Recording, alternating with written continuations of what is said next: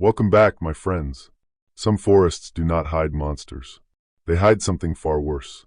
And sometimes the thing watching from the dark is not hunting you. It is waiting for you to understand why it is there. I measured the wounds on Silas Grange with a folding wooden rule I have carried since 1984. He was lying face down in 6 inches of black marsh water about 1.5 miles east of Hamlin Lake, and the 4 furrows across his back were open wide enough that I could see the white of his ribs. The rule told me the furrows were 2 3/4 inches apart. It told me they were 1.5 inches deep at the shoulder, 1.5 inches deep in the middle, and 1.5 inches deep where they ended above his belt. Same depth the whole run. Square ends. No tearing at the finish, no shallow start, no drag. 3 days before that I had knelt over Charlie Renfro in a jack pine flat in the Manistee and written the same 4 numbers in a different notebook. A claw does not do that. A claw is a hook on the end of a toe attached to an animal that is moving, and animals accelerate and turn and shift their weight. A real rake starts shallow, digs, and skips out. Every deer hide I have ever pulled off a wolf kill says so. Every hog I ever helped Silas himself carry out of an Arkansas bottom says so. What I found on Silas was machined. I stood up in that marsh with cold water running out of my boot tops, and I understood, in a way I could not yet prove, and did not yet have the courage to say out loud, that something with hands had opened my friend up after he was already dead. I kept it to myself for another 2 days. 2 days. Remember that, because a man died in those 2 days, and I have had 6 years to think about whether he would have if I had opened my mouth in that swamp. Later, in a milk house on an abandoned dairy farm 9 miles from Bray Road in Walworth County, Wisconsin, I read a printed page with my own name at the top of it. Under my name it listed my age, my daughter's address in Traverse City, and the fact that I am completely deaf in my left ear and cannot tell what direction a sound came from. Somebody had typed a note beside that last one recommending approach from the subject's left. Further down, under a heading about coverage, it said that the final sequence involving me should be conducted at close range, and that the face should be left intact for identification purposes. They had a page like that for every man and woman I brought with me. My name is Wade Kalbeck. I am 69 years old now. For most of my life I guided bear and whitetail out of a place called Wellston in Manistee County, Michigan, and for 6 of those years I killed animals that most of this country still argues about. I have killed more of them than anybody else alive, as far as I know, and I have spent every year since trying to understand what exactly it was that I did. I am going to tell this in order, because the order matters. The order is the only part of it that ever made sense. It starts 9 years before that swamp, with a polite man in a green range shell who said his name was Peter Lask. He came to my house in September with a folder and a business card that said Great Lakes Canid and Ungulate Survey.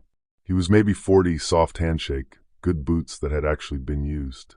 He said he was doing a 5-year study of coyote and wolf hybridization along the Manistee corridor. He said my name had come up more than once when he asked around, and he said it the way a man says a thing he knows will work. I was flattered. I was 54 years old, and I had spent my whole life being the man other men called when the tracks did not make sense, and here was somebody with letterhead treating that like it was worth something. He paid me $200 a day for 11 days. In those 11 days I gave him everything. I gave him my topographic maps with my own pencil marks on them, 30 years of them, the funnels and the crossings and the 2 tracks that flood in April. I gave him the coordinates of 4 places I had never told another living person about, including a cedar swamp northeast of Sherman, where I had found tracks in 1991 that I did not report because I did not want to be laughed at. I gave him copies of my field recordings, cassette and then digital, including 22 seconds of something calling across a beaver flowage at 3 in the morning that had made a grown man in my camp start crying. I gave him hair. I had hair in a coffee can. Coarse, banded, dark at the root and reddish at the tip, pulled off a barbed wire fence in Wexford County. I gave him half of it because he asked nicely, and because I wanted somebody with a laboratory to tell me what I already believed. And I sat in front of a camera in my own kitchen for 4 hours and answered questions about what I thought lived out there. 2 years later, my hair sample, my recording, my swamp, and my face were in a film called Dogman, The Predator Next Door, produced by Northlight Wild, which at that time was the largest natural history network on the planet. You have probably seen it. Almost everybody has. It opens with drone footage over the Manistee and fog, and a woman's voice saying that the oldest predator in North America has been hiding in plain sight. It has the Yancey family in Missaukee County, describing the night something stood in the road in front of their vehicle and would not move, and the way the mother's voice cracks when she says her son was in the back seat. It has thermal footage of a bipedal shape crossing a field at 1,100 yards, dropping onto 4 limbs, and covering the last 100 in what the narration calls under 2 seconds. It has the Beaudry Ranch cattle with their spines separated. It has the 2 hikers in the Pigeon River Country State Forest, and the recovered camera, and the last 11 frames. And it has me. I am on screen for maybe 90 seconds total. There is a shot of me kneeling by a print with a rule laid beside it. There is a shot of me looking off at a treeline with the light going. And there is a piece where I say, and this is my actual voice, it will kill a dog quicker than it will look at you. Except in the film I say, it will kill a man quicker than it will look at you. I never caught it. Not once, in all the years between, and I watched that film more times than I can count, and sat in a theater full of people while they watched it. A person does not listen to his own voice the way he listens to a stranger's. It took a forensic audio examiner in a conference room in Milwaukee, 8 months after everything I am about to tell you, to put the waveform on a screen and show me where the word had been cut out and the other word laid in. 2 frames of crossfade. Ordinary editing. The kind of thing a 22-year-old does 40 times before lunch. By then it had been translated into 31 languages. The film won everything there was to win. It made more money than any wildlife documentary in history. And about 8 months after it came out, a phrase started showing up in federal budget language about non-listed apex predators of undetermined taxonomy, and that phrase became a program, and that program became a phone call to me. I want to be careful here, because it has become popular to say the whole government was in on it, and that is not true, and it does me no good to pretend otherwise. The people I dealt with were, as far as I ever saw, doing what they honestly believed was necessary. Ruth Amsler, who ran the wildlife side of it out of an office in Bloomington, was a career biologist who had spent 20 years on wolf recovery and who cried in front of me one time about what she was being asked to sign. Hollis Bream, the federal agent who did my paperwork, was a decent, tired, careful man who kept a photograph of his father's beagle on his desk. They believed the film. So did I. Between the ages of 57 and 63, I killed 12 of them. I am not going to describe all 12. Some of them I still think about at 2 in the morning, and some of them I do not think about at all, which is its own kind of problem. But I will tell you that they are real, and that they are nothing like a wolf, and that the first time you see one moving through timber at a run you understand in your gut, in the old part of your brain that predates language, that you are not the most dangerous thing in the woods. They stand somewhere between 7 and 8 feet when they choose to. The chest is enormous, the shoulders are heavy and forward, and the hips are wrong, built so that the animal can come down onto 4 limbs without breaking rhythm. The head is not a dog's head, and it is not a bear's. The muzzle is long and heavy through the jaw, and the eyes are set forward the way a hunter's eyes are set. They smell like wet dog and ammonia, and something under that, something like a carcass that has been in the sun. 9 of the 12 were what the program called confirmed depredation events. That is the phrase. It means livestock mostly, and it means one incident outside Kalkaska where a man lost his arm below the elbow. The other 3 I killed because they came at me in a place I had no business being, and it took me 6 years and a hole through my hip to be able to say that sentence in that order. The call came in early October, 6 years ago. Ruth Amsler and Hollis Bream drove up to my place together, which told me something before either of them said a word. We sat at my kitchen table, the same table where Peter Lask had run his camera, and Ruth put a map down and told me the population was moving. The Michigan animals had been pushed hard for 6 years. Whatever had been up in the Pigeon River country and the eastern Upper Peninsula was gone or scattered. But something had started showing up on the western side of Lake Michigan, in a corridor running down through Manitowoc and Sheboygan counties and into the glacial country west of Milwaukee, and the reports were clustering around a stretch of rural road in Walworth County that has had a reputation since 1991. Bray Road. Ruth said the modeling suggested the last significant breeding population was consolidating in that corridor, and that the window to act was closing, and that if the animals dispersed into the farm country south of there, they would be operating within 20 miles of 2 million people. I asked her what the mission was. She said the mission was to move a small competent team overland from the Manistee to Walworth County, along the same corridor the animals were using, to confirm the movement, and to reduce the population by whatever number we could reach. I asked why overland. Why not fly to Wisconsin and set up? She said because they wanted the corridor documented, and because they wanted a tracker on the ground for the whole route, and because if the animals were moving on a schedule, she wanted to know what the schedule was. That answer was reasonable. It was also, I found out much later, not hers. It came up from a logistics contractor called Ridgeline Continuity Group, which handled vehicles, communications, and supply for the program, and which was at that moment being paid by 2 different clients. I said yes in about 4 minutes. I did not agonize. I was 63, my knees were going, my wife had been dead 11 years, and somebody was telling me I was the only man in America who could do a thing. Pride is not a small sin. It is the one that gets other people killed. They gave me a team of 5 and told me I could refuse any of them. I did not refuse any of them. That was the second mistake, and I made it in a conference room in Cadillac, Michigan, over bad coffee in about 40 minutes. Silas Grange was 55, out of Calhoun County, Arkansas, and he was the only one of them I already knew. We had met 11 years earlier at a houndsman's swap meet in Missouri, and had hunted together maybe 6 times since.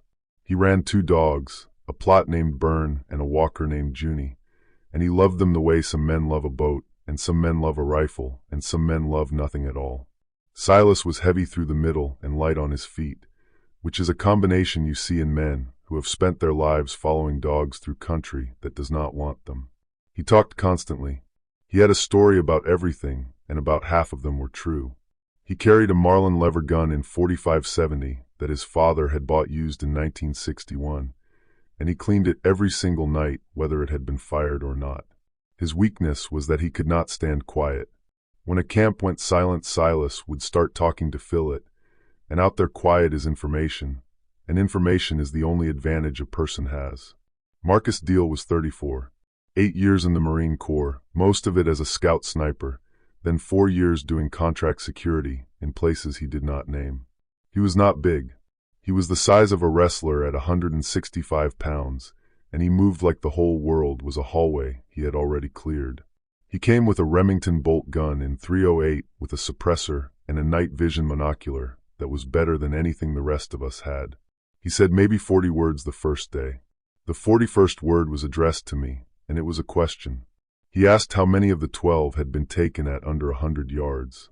I told him 4. He asked how many of those 4 had been moving toward me when I fired. I told him all 4. He nodded and did not say anything else for 2 hours, and I did not understand until much later that he had just told me he thought I was lying about something and was giving me the chance to correct it. Gordon Bleecker went by Gordo. 47, out of Kalamazoo, a large soft man with a permanent flush and an inhaler in his shirt pocket. He had spent 15 years doing infrastructure inspection with drones, bridges and cell towers and gas transmission lines, and then 4 years contracting to the program. Gordo had 2 aircraft with him. The big one was a thermal quadcopter he called the Kestrel that could stay up 38 minutes on a battery and see a rabbit's ears at 400 feet. The little one was for daylight.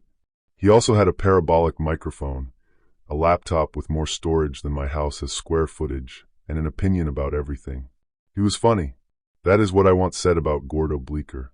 He was funny in the specific way of a man who has been the heaviest person in every room since he was 9 and has decided to get out ahead of it. Third night out, he did an impression of Marcus Deal clearing a room for threats that made Silas laugh so hard he had to put his head between his knees, and Marcus watched the whole thing without changing expression and then said, "That was pretty good," and went to bed. Gordo talked about it for 2 days. Charlie Renfro was 29, and he should not have been there. He was a farm kid from Osceola County. For years earlier, his family had lost 11 head of cattle over a single summer, and the last one, a bred heifer his father had been offered good money for, was found in 3 pieces in a fenced pasture with a wire that had not been cut. His father had a stroke that November and died the following spring, and Charlie had decided, the way a young man decides things, that those 2 facts were the same fact. He came to us through the program's local liaison network. He was a good shot with a Benelli 12 gauge and a fair shot with his father's .308 bolt gun, and he had grown up in the country we were starting in. His weakness was obvious to everybody but him. He was not hunting an animal. He was hunting the last 4 years of his life, and I knew that, and I brought him anyway because he could shoot and because he knew the 2 tracks in Osceola County better than my maps did. I have thought a great deal about the fact that Charlie Renfro's cattle were killed by a person with a knife and a winch. But that comes later. And then there was Dana Ostrowski. Dana was 41. She had a veterinary degree from Michigan State and 11 years as a conservation officer with the Michigan DNR, and she had resigned 2 years before I met her over what she described to me, at our first meeting, as being asked to lie in a report. She was assigned to us as the biological specialist. Her job was necropsy, sample collection, and, if the opportunity presented, live capture. She carried a dart rifle, a shotgun with slugs, a hard case of drugs, and a hostility toward me that she did not bother to disguise for 1 single minute. She said it in front of the whole room in Cadillac. She looked at me across that table, and she said, "Before we start, I want it on the record that I asked not to be put with him." Ruth Amsler asked her why. Dana said, "Because he is the reason that film worked. Without him it is a bunch of blurry thermal and a crying family.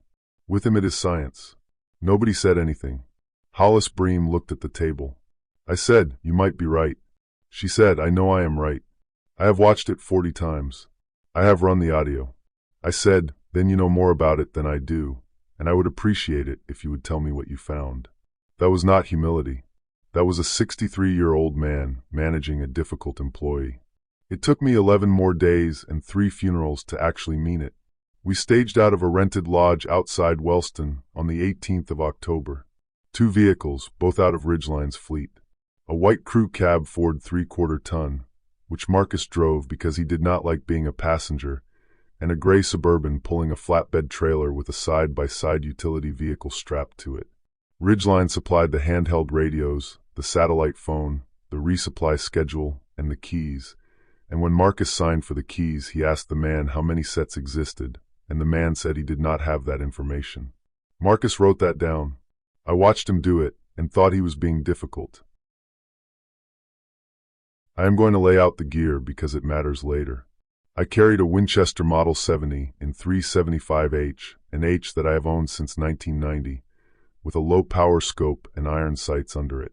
44 rounds, which is more ammunition than I have needed in my life. A revolver in .44 Magnum on my belt. A folding wooden rule, a plaster kit, evidence bags, my notebooks, and a headlamp. I am deaf in my left ear. Not partly. Completely. 38 years of shooting without plugs in the days when nobody wore plugs. It means I cannot tell you what direction a sound came from. I have to turn my head twice and split the difference. Every person on that team knew it, because I told them the first night, and I told them because a guide who hides his limitations gets people killed. I did not think about who else might be listening when I said it. The route was mine to plan, and I planned it in 3 legs. Leg 1, 6 days, north and east through the Manistee National Forest into Wexford and Missaukee counties, working the drainages and the cedar swamps where the historical reports cluster, then swinging back west to Ludington. Leg 2, cross Lake Michigan on the car ferry with the vehicles, Ludington to Manitowoc. Leg 3, south through Manitowoc and Sheboygan counties into the northern Kettle Moraine, then down the Glacial Ridge country through Washington and Waukesha counties into Walworth, ending in the farm ground around Elkhorn and Bray Road. 280 miles as the crow flies. Closer to 450 the way we did it. 15 days on paper. Every one of those legs, every staging point, every pull-out where we would leave a vehicle, went to Ridgeline 3 weeks before we left, because that is how you get fuel and food and batteries delivered to the middle of nowhere on a schedule. Somebody printed my route and built a corridor along it. I did that. Nobody made me do that. The first 3 days were the best days of my life, and I did not know it. There is a thing that happens with a good crew. It does not always happen, and you cannot make it happen. But when 6 people are working hard in cold weather at something difficult, and they start to fit, it is better than almost anything. Silas cooked. Gordo ran the drone at dusk and dawn, and narrated what he saw like a ball game. Marcus took the worst watch every night without being asked. Charlie was up before everybody, every morning with coffee going. Dana argued with me about everything, and was right about roughly half of it. The second night Silas told the story he told everywhere, about a plot he had owned in his 20s named Ruby that got opened up by a boar in a creek bottom in Washita County, and dragged herself 2 miles before she quit, and how he had gone in after her at midnight, alone, with a flashlight in his teeth, against the advice of 4 grown men. Gordo said, "And you found her?" Silas said, "I found her." Dana said, "And if you had not?" And Silas got quiet for about half a second, which for him was an hour, and said, "Ma'am, I would have gone anyway. That is the whole trouble with me. I have never once in my life been able to let a trail get cold while I sat and thought about it." Marcus was cleaning his rifle by the fire, and he looked up at that and looked back down and said nothing, and I did not think about it again for 4 days. On the second day we found the first real sign. It was in a cedar swamp about 4 miles northeast of the Pine River, low ground with moss hummocks and standing black water, the kind of place where you go from ankle deep to waist deep without warning. Byrne hit something and started working, and Silas held him up, and I went ahead on my own. The track was in a mud shelf under a windfall, protected from the rain. 14 inches heel to toe. 4 toes with the claws registering well ahead of the pads, a 5th digit set high and back like a dew claw that had caught on the downstroke. Digitigrade. The heel barely registered at all. The mud was firm enough that my own boot at 210 pounds sank a ½ inch, and this thing had sunk 3.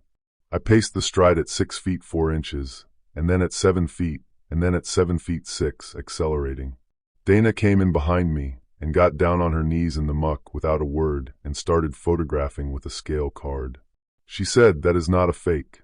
I said, "No." She said, "I have seen 11 fakes. Some of them good. That is not one of them." That was the first honest thing that ever passed between us. 200 yards further we found the cedar. It was maybe 30 feet tall, a 1.5 feet through, and the bark had been stripped in vertical runs from about 5 feet up to a little over 8. Not rubbed. Stripped in strips, with the wood beneath scored deep enough to hold water. At 7 feet 2 inches there was hair in the sap.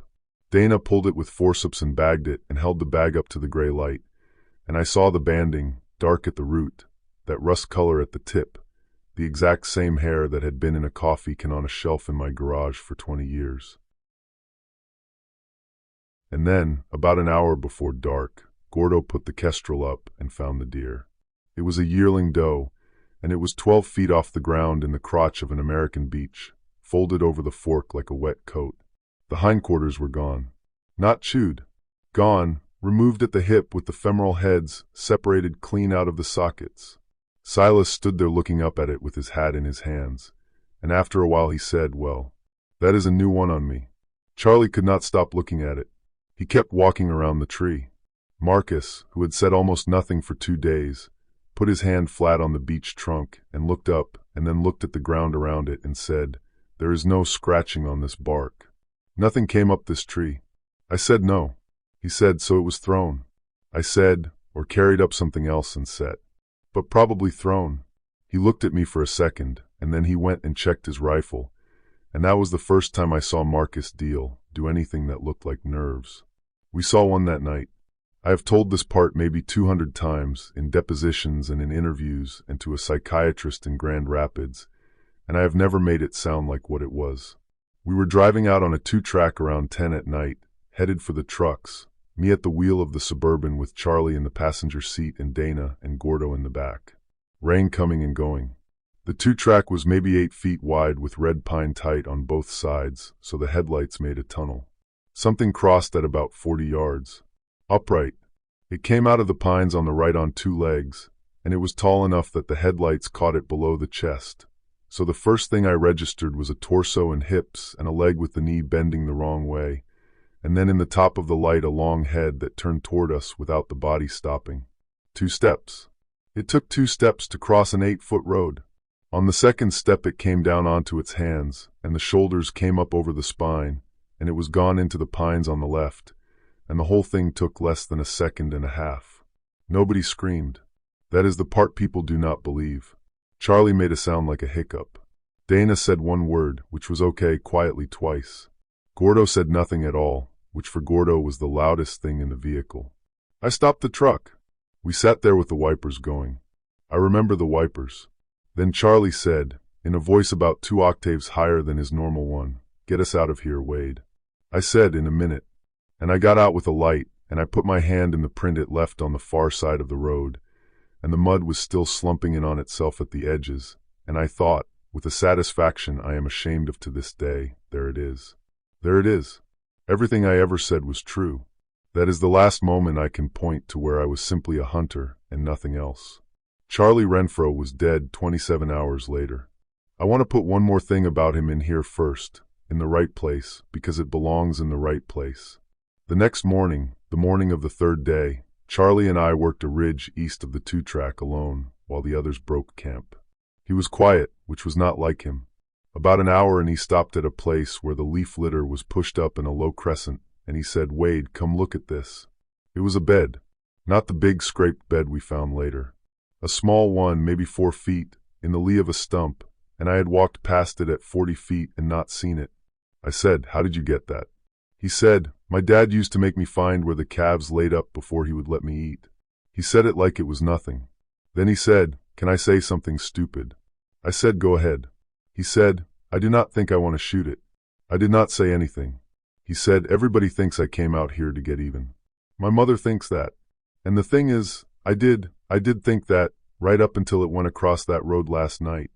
And what I actually felt was I was not lying. For years of people looking at me a certain way at the co-op, and I was not lying, and it is real, and my dad was not a fool." He turned his hat around in his hands, and he said, "That is all I wanted. I just wanted to see it once so I would know I was not crazy." I said, "Charlie, you can go home tomorrow. Nobody would think anything of it." He said, "No, sir. I told you I would carry the plaster. I have gone back to that 10,000 times. I have never once been able to make it come out differently." He had told me exactly what he needed, and I had told him he could go, and he had said no, and both of us thought we were free men having a conversation, and both of us were reading lines off a page that had been written in an office in New York in July. His page said, "Establish, unprovoked, victim youngest, no defensive wounds." It said he was the least experienced and the most emotionally invested, and that his death would be the one that made the audience commit. We camped the 3rd night on a sand rise above a jack pine flat in the northeast corner of the Manistee, 2 miles from the nearest gravel road, with the trucks parked at the end of a 2-track 400 yards south of us. I want to describe the camp because the layout is the whole thing. 4 tents in a loose arc opening south toward the 2-track. Fire pit in the middle in a scrape of sand. Silas ran a length of paracord between 2 jack pines and staked Bern and Junie under it, north of the fire, because Silas always kept his dogs upwind of the food. Gordo had a folding table with the laptop and the drone cases. My tent was on the west end, Marcus on the east. Charlie and Dana between. Weather was moving in. It had been raining off and on for 3 days, and the barometer was falling. Wind out of the southwest at maybe 15, gusting, which in jack pine sounds like water running. I put us on a 2-hour rotating watch. Marcus took 10 to midnight. Charlie took midnight to 2. At about 1:20 in the morning the dogs went off. I have to be precise about this, because Silas himself made the point later, and it was the last useful thing he ever said to me. The dogs did not bay. Bern was a strike dog, and a plot strike bay is a big rolling sound you can hear a mile. What Bern and Junie did was something I had heard maybe 4 times in my life. They screamed. High, sharp, and short, and then both of them went completely silent, and the silence lasted maybe 6 seconds, and then they started up again with a sound that was pure terror. I was out of my tent with the Winchester in 12 seconds. Marcus was already up with his monocular on. Charlie was not at the fire. Silas was on his dogs, both hands in their collars, hauling them back, yelling at them. Gordo was crawling out of his tent with a headlamp on his forehead pointed straight up into the rain like a lighthouse. I yelled for Charlie. Nothing. Marcus said north. Something north. I turned my head twice, split the difference, and got nothing but wind. We swept north with lights, Marcus on my right, Dana behind me with the shotgun. 60 yards out of camp, the jack pine opened into a blowdown, a mess of downed timber from an old wind throw, and the ground there is sand and needle duff, and it holds a track badly. We found his hat at 90 yards. We found the first blood at 110. Not spray. A smear on the underside of a downed log, at about knee height, like something had been carried past it. We found him at 240 yards, at the bottom of a shallow sand blowout. I have seen a lot of dead. I was at 3 highway wrecks in the years I ran the volunteer fire department in Wellston, and I have field-dressed more animals than I can count, and I helped pull a man out of a corn auger in 1988.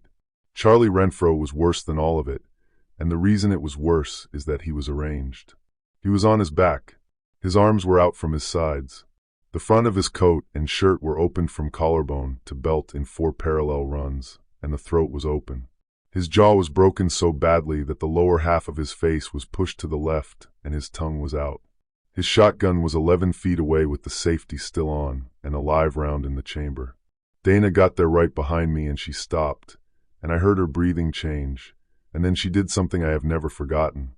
She put her hand on the back of my arm for about 2 seconds, and then she let go and went to work. Silas came up and turned around and walked back the way he came and was sick. Gordo did not come at all. He sat down in the sand about 40 yards short of us and stayed there. Marcus walked the perimeter of the blowout with his light off and the monocular on, and he came back and he said, "There is a drag furrow coming in from the east side and nothing going out." Dana worked on Charlie for 2 hours in the rain with a headlamp and a camera. She measured. She photographed. She took swabs. And when she was done, she stood up and looked at me and said, "For wounds, parallel, 2 3/4 inches on center. Depth is consistent, penetration through the sternum on the second one. Something opened him like a can." And she said, "There is hair in the third wound." She held it up. Banded. Dark root, rust tip. I will tell you exactly what I thought standing in that blowout at 4 in the morning, because I was wrong, and because the way I was wrong is the whole story. I thought it hunted us. I thought it came into a camp with a fire and 5 armed people and a pair of hounds, and it took the man on watch, and it took him quietly enough that nobody heard it. I thought I have been telling people for 20 years that these things are smart, and now something has finally proved me right in a way I would trade my life to undo. Every one of those thoughts had been written down in advance by somebody who had watched 4 hours of me talking in my own kitchen. The page for that night used the word conviction. We got Charlie out on the side-by-side at first light, and we met a county unit and a federal medical examiner's vehicle at a gravel crossroads at 11 in the morning. Hollis Bream came up from Cadillac. He stood in the rain with his hands in his coat pockets and looked in the body bag and closed his eyes. Then he said the thing I expected and did not want. He said, "Wade, I have to ask you what you want to do." I looked at my team. Silas was sitting on the tailgate with a dog under each arm. Dana was writing. Marcus was standing at the edge of the road, facing the timber. Gordo was in the truck with the door shut. And Charlie Renfro's mother was still alive in Osceola County and did not know yet. I said, "We keep going. I want you to hear how easy that was for me. There was no agony. Charlie was dead, and the animal that killed him was moving west and south, and everything I had ever been told about myself said the correct response was to go after it." Marcus said, "That is the wrong call." I said, "Noted." He said, "I am not talking about courage. I am talking about the fact that a thing just came through 5 armed people and took the one who was awake. If it wanted a camp, it will have this one too." I said, "It took the one who was awake because the one who was awake was alone at the edge. We do not walk alone anymore. 2-person watches, back to back, no exceptions." He looked at me for a long moment, and then he said, "All right." And he meant it. He accepted it, and he executed it, and he never once undermined me in front of the others, and I have thought since then that Marcus Deal was probably a better leader at 34 than I was at 63. Dana caught me alone at the trucks. She said, "I want to send tissue out. Full panel. Toxicology." I said, "On Charlie?" She said, "Yes." I said, "Why toxicology?" And she stopped, and she looked at me in a way I did not like, and she said, "Because he did not fire his weapon." I said, "It happened fast." She said, "Wade, he had a shell in the chamber, and his hand was on the grip, and the safety was on. He never even tried. I said, people freeze. She said, that boy has been waiting 4 years for this. That boy would not have frozen. That boy would have emptied that gun into the dark, whether anything was there or not. I did not have an answer. So I did what men like me do, which is I said we would look at it later, and I got in the truck. Toxicology takes 11 days. We had 4. We moved northeast for 2 days, into Misaki and up along the Clam River, and we found things. We found a wolf, or the front half of one, 60 feet up a 2-track from a beaver flowage, with the pelvis crushed rather than bitten. We found 3 more track lines. We found, on the 6th morning, a place on a sand ridge where something had lain down in a bed of scraped needles that measured 5 feet by 3, and the smell in that bed was so strong that Junie would not come within 20 yards of it, and Silas had to carry her. And every night, twice or 3 times, we heard the howl. I need to describe it, because you have heard it in the film, and the film version is wrong. Northlight processed it. They pitched it down and put a low sub under it, and stacked it so it sounds like a monster in a theater. The real thing is worse, and it is worse because it is simpler. It starts low and rises through about 2 octaves, and then it breaks in the middle, like a voice breaking, and then it comes back down and holds. It is not loud. That is what people never expect.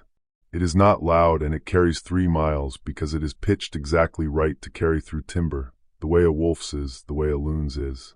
It is the sound of a thing that has been doing this a very long time. The first night after Charlie died, it came from the north, twice, about 40 minutes apart. The second night it came from the east. The third night, the 6th of the trip, we were camped south of Ludington on the edge of the state park where the dune country runs down to Hamlin Lake, and it came from the southwest, from the water side, 3 times in an hour, and every time it was closer. Gordo recorded all of it with the parabolic. He was very proud of the recordings. He kept saying he was going to be famous. Those recordings are the reason he was killed. Silas Grange died on the morning of the 7th day, and he died because of me, and I will explain exactly how. We had lost the dogs the night before. They were staked on the cord, 20 feet from Silas's tent, and at some point between 2 and 4 in the morning both of them died without making a sound. Nobody heard anything. Nobody. Silas found them at 5:30. Byrne was on the cord where he should have been. Junie was 15 feet up in a scrub oak, hanging in a fork by her hind legs, and her chest was open. Silas Grange made a sound when he saw that dog that I have never heard a grown man make, and never want to again. We cut her down, and he sat on the sand with her in his lap for a long time, and nobody said anything at all. Dana looked at Byrne. Then she looked at Byrne again. Then she came to me and she said, quietly, so Silas would not hear, there is a hole in the top of this dog's head. Round. Half-inch. It goes about 4 inches into the brain, and it does not exit. I said, a claw. She said, no. A claw is a wedge. This is a cylinder. It is the same diameter the whole way down, and the edges of the skull are cracked outward in a perfect ring. I said, what makes that? And she said, a captive bolt. The thing they use in a slaughterhouse. I looked at her, and I did not believe her, and I said so. I said there were 8 ways to make a round hole in a skull, and that a canine tooth going through at an angle and getting withdrawn would leave something similar, and that she was reaching. I said it in a hard voice because it was 5:30 in the morning, and I had a friend sitting in the sand with a dead dog. She said, fine. And she bagged the skull anyway. She sawed the top of that dog's skull off with a bone saw in the dark and put it in a bag and put the bag in her pack and carried it for another 6 days.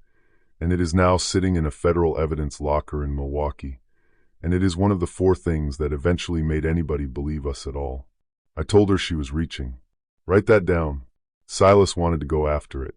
He wanted it before daylight, and he wanted it alone, and he had that lever gun in his hands the whole time he was arguing with me. I said no. I said we would go together at full light, all 5, and we would work the flowage north of the dunes where the sign was, and we would do it right. He said, Wade, if we wait it will be 4 miles gone. I said, then it will be 4 miles gone. He said, you know what I am. You have known what I am for 11 years. I did know.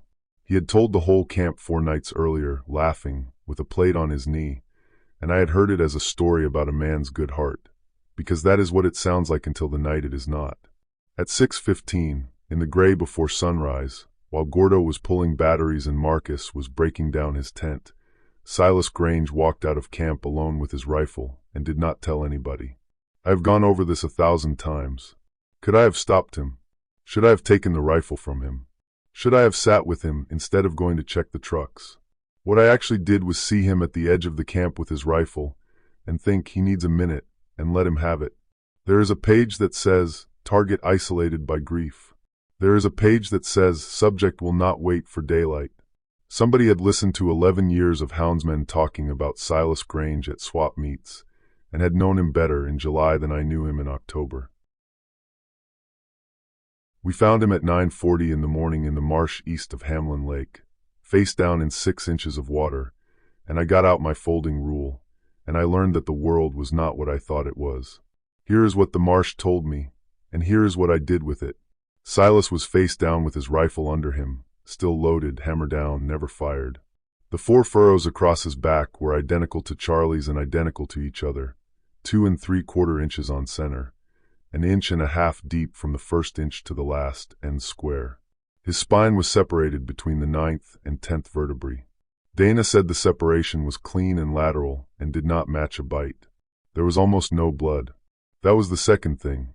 A man with his back open to the ribs and his spine parted bleeds. He bleeds into the water, and the water carries it, and there is a plume. There was no plume. When Dana rolled him, the lividity had already set on his front, which meant he had been lying face down and dead for a while before the water got to him, and the wound margins were pale and slack. Those wounds were made after Silas Grange's heart stopped. The third thing was the ground.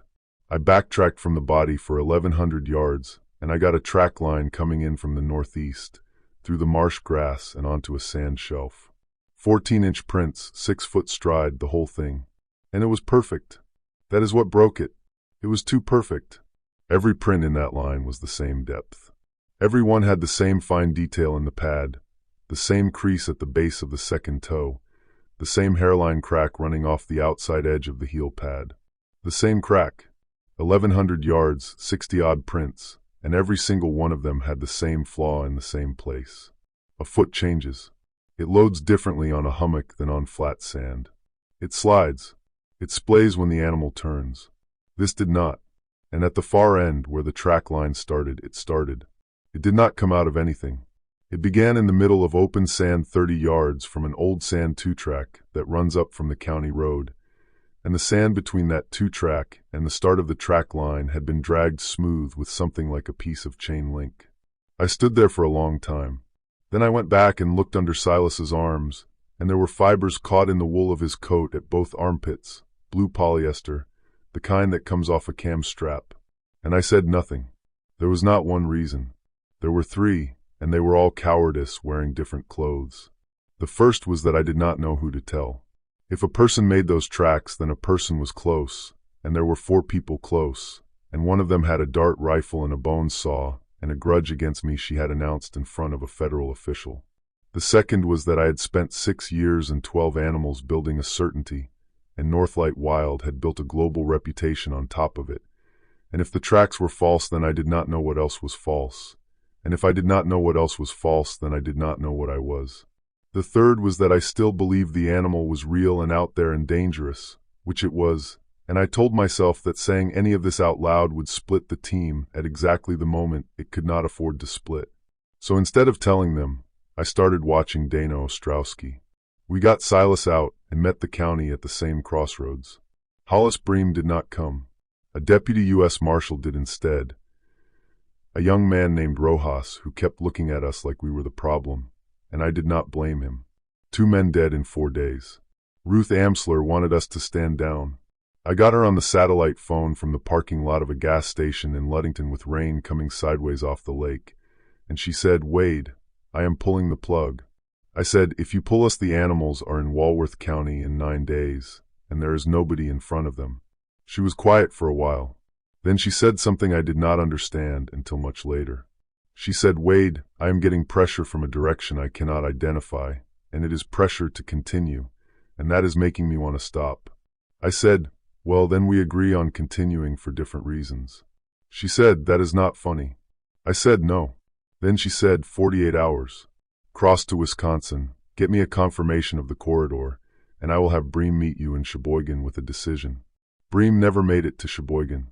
He was pulled off the file the next morning and reassigned to an unrelated matter in Missouri by a supervisor acting on a recommendation that came, it turned out, from a Ridgeline Continuity Group compliance officer, on the grounds that Bream had a documented personal relationship with the subject of the operation. He had eaten dinner at my house twice. The ferry left Ludington at 9 in the evening. It is a big old coal-fired boat, for hours across, cars and trucks in the belly of it, and a passenger deck up top with plastic booths and a snack counter. It was mostly empty in late October. We drove the truck and the Suburban and the trailer down into the car deck, and a crewman put chocks under the wheels, and then we went up. Marcus did not come up. He stayed with the vehicles. That was the first thing that made me look at Marcus deal sideways. He said he wanted eyes on the gear, and I said the car deck is sealed, and he said, "Exactly." Up on the passenger deck, in a plastic booth with the lake black outside the window and the vibration of the engines coming up through the table, we had the conversation that broke the team. Gordo started it. He had his laptop open and the parabolic recordings loaded and a waveform on the screen, and his hands were shaking a little. He said, "I want to show you guys something, and I want somebody to tell me I am wrong." He played two howls, the one from the fifth night from the east, the one from the sixth night from the southwest. They sounded the same. Of course they sounded the same. They were the same animal. Then he put the two waveforms on top of each other. They were identical. Not similar. Identical. Same duration to the 100th of a second. Same break in the same place. Same fall. Same tail. He zoomed in until we were looking at a section, maybe 200 milliseconds long, and there was a little tick in it, a click, and the click was in both. He said no animal does that. I have 1,000 hours of coyote. Nothing repeats itself like this. This is a file. Somebody is playing a file. Dana said, or your equipment is duplicating. Gordo said, from a different direction on a different night at a different distance with a different gain setting, no. I sat there with the boat rolling, and I thought, he is right, and Silas's tracks were made with a mold, and somebody is out here with us. And I said out loud, that is interesting, but it does not change what we do tomorrow. Dana turned on me. She said, "Wade, do you have something you are not saying?" And I looked at her, and I thought about the captive bolt and the dart rifle and the hard case full of drugs, and I made the worst decision of my life. I said, "Do you?" The booth went quiet. She said, "What does that mean?" I said, "It means you have been running your own evidence collection since day one, and you have not shown me a single result. It means you carry ketamine and xylazine, and a rifle that puts them into an animal at 40 yards without a sound. It means you told a room full of people that you did not want to be here with me." She stood up. Her face went completely white and then completely red. She said, "You absolute coward." I said, "Sit down." She said, "Charlie Renfro has a puncture behind his left ear." I said, "What?" She said, "I photographed it at 3 in the morning in the rain, and I did not know what it was, and I have been looking at that photograph every night since. It is a puncture wound for millimeters with a bruise ring around it on the left mastoid, and it was made before he died because it bruised. And it is not in my kit. My darts are 11 gauge with a barb. That hole is smaller than anything I own, and there is no barb tear." And she said, "I was going to bring that to you tonight. I was going to bring it to you and say, 'Wade, somebody is drugging us.' And instead you just accused me in front of the team." She walked away and stood at the rail on the stern for 2 hours in the rain, and I let her. Gordo said, very quietly, "Wade, I think that was a mistake." I said, "I know it was. They did not need to kill trust. They only needed to put a crack in it and let us do the rest, and they knew from my file, from 9 years of interviews, from 4 hours of me talking in my own kitchen, exactly which way I would swing. They had a page on Dana, too. Under the heading for her, somebody had typed that she was the most dangerous member of the team, and that she should be isolated from the leader early, and that the leader's documented history of authority conflict would do most of the work. That page existed before we ever left Wellston. We rolled off in Manitowoc at 1 in the morning into a cold front. Temperature had dropped 18 degrees crossing the lake, and there was sleet in the parking lot. While we were staging the trailer, I saw a black dual-wheel pickup pulling a white enclosed cargo trailer come off 2 vehicles behind us and turn south on the highway. There was a magnetic placard on the door, dark green, with a mountain profile on it. Ridgeline Continuity Group. I thought resupply. Good. It was not resupply. In the parking lot at 2 in the morning, I did a thing I do after any rough haul, which is check zero. The boat had been working, and the cases had been strapped against a steel bulkhead for 4 hours, and a scope that has been vibrating for 4 hours is a rumor and not a fact. I set up on a sandbank at the back of the lot and fired 3 rounds of .375 at a paper plate at 100 yards with the wind blowing sleet sideways, and it was 2 inches high and right, and I brought it in. Marcus came over and looked at the plate and said, "That is a good group for an old man." I said, "That is a good group for anybody." He said, "I know it is." Then he handed me a cup of coffee, which was the first thing he ever did for me that he did not have to, and walked off. 3 rounds. Remember 3 rounds. That was the only ammunition I fired on the whole expedition, and it is how I know what happened later. We spent the 8th day working North Manitowoc County, and it was the worst day of tracking in my life, not because the country was hard, but because I could not trust my own eyes anymore. Every print I found, I looked at the second toe. Every print. I was on my knees in the wet leaves with a rule and a flashlight looking for a hairline crack on the outside of a heel pad, and about half the time I found it, and half the time I did not, and I could not tell you anymore which half was real. That is what they took from me. People ask about the deaths, and the deaths are the obvious thing.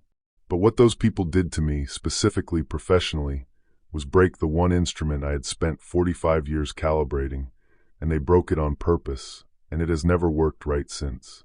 That was also the day Dana copied Gordo's parabolic files off his laptop onto her own machine, which she did because storage was filling up and because she is the kind of person who backs things up, and she did not tell anybody, and it turned out to be the last piece of everything. On the 9th morning we came into the northern Kettle Moraine. If you have not been there, it is glacial country.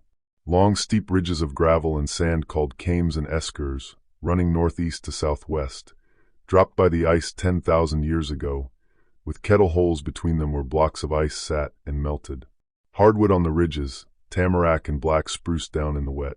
Steep, genuinely steep, 300-foot climbs on loose stone, cut through with old logging roads and quarry cuts and county roads that have letters instead of numbers.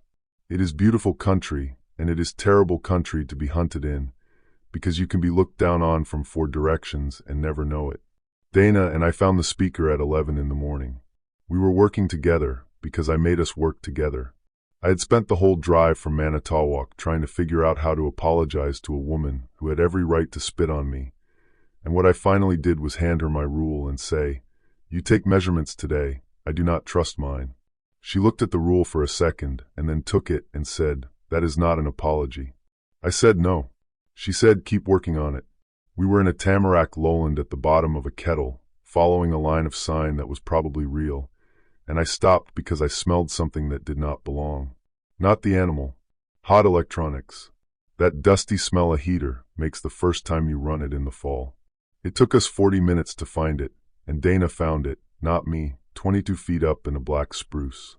A weatherproof case about the size of a shoebox, camo tape over it, strapped to the trunk with a black cam strap. Blue polyester webbing. Inside it was a compression driver horn speaker, an amplifier, a lithium pack, and a small cellular relay with a whip antenna zip-tied up into the branches. Dana went up the tree. 41 years old with a shotgun slung, and she went up that spruce like it was a ladder, while I stood at the bottom with a .375 and turned my head twice at every sound and got nothing. She brought the whole case down. We sat in the wet moss and looked at it, and neither of us said anything for a while. Then she said, "This is at least a $3,000 rig." I said more. She said, "Wade, this is not a prank. Somebody carried this into a kettle hole and put it 22 feet up a tree and hooked it to a cellular relay so they could trigger it from a phone." I said, "And they did the same in Michigan. There will have been one at the flowage and one at Hamlin Lake." She said, "So who?" And I said the truthful thing, which was, "I do not know." That is the part people always get wrong when they tell this story back to me. We did not figure it out. Not then. We had a speaker in a bag and a captive bolt hole in a dog's skull and a puncture behind a dead man's ear and a track line with the same crack in every print and blue fibers in Silas's armpits, and it added up to somebody is manufacturing this, and it did not add up to why. And without the why, we could not tell whether the somebody was a poaching outfit, or a cult, or a rival contractor, or the government itself, or one of us. That afternoon, an hour before we told anyone, we found the second thing. It was 150 yards up the ridge from the speaker tree, cached under a slab of dolomite in a hole somebody had cut into the hillside and covered with a section of green outdoor carpet weighted with rock. A hard case. Inside the hard case, in foam, was a tool. It was a steel head about 8 inches across with 4 curved tines welded to it, forged and ground, each tine coming to a chisel edge, spaced 2 3/4 inches on center. It threaded onto a socket for a handle. Beside it in the foam was the handle, a fiberglass shaft about 30 inches long, and a second head with the tines set narrower, and a small jar of clear gel, and a plastic bag of hair. Banded hair. Dark root, rust tip. The hair had been cut with scissors. You can see it under a loop. A shed hair or a pulled hair has a root or a tapered break. Every hair in that bag had a flat cut end. Taped inside the lid of the case was a laminated card, the kind a machine operator keeps at his station. It had a line drawing of a wound pattern on it and 3 numbers. 2 3/4 on center. 1 1/2 depth. 4. That is what stayed with me. Not the tool. The card. Somebody had standardized it. Somebody had made a job aid, so that any hired man on any night in any county would produce the same result, because the audience had already been shown what these wounds looked like, and the wounds in the sequel had to match the wounds in the original. Dana held the tool in both hands, and she said, in a voice that was almost gentle, "Wade, look at the edges." I looked. The chisel edges were sharpened on one side only, and the bevel was on the pull side, so that when you dragged it toward yourself through soft tissue, it would bite at a constant depth and come out square. It made an 1.5 inch furrow every time, no matter who swung it or how tired they were. That is the arrogance of the thing, and it is also how they hanged themselves. They needed every wound to look like every other wound, and so they built a machine that could not do anything else, and then they used it on a man who owned a folding rule. I sat down on that hillside and put my head in my hands, and Dana Ostrowski, who had every reason to leave me there, sat down next to me and waited. After a while she said, "We need to tell them." And I said, "We will tell them at the trucks tonight." If I had said we will tell them right now on the radio, Gordon Bleecker would be alive. Gordo was working from a staging point on a ridge road above an old dolomite quarry cut, about 900 yards up the slope from where we were. Marcus was shuttling the vehicles a mile northeast to a new pullout, which for one man means driving one, walking back, and driving the other, and takes most of a morning.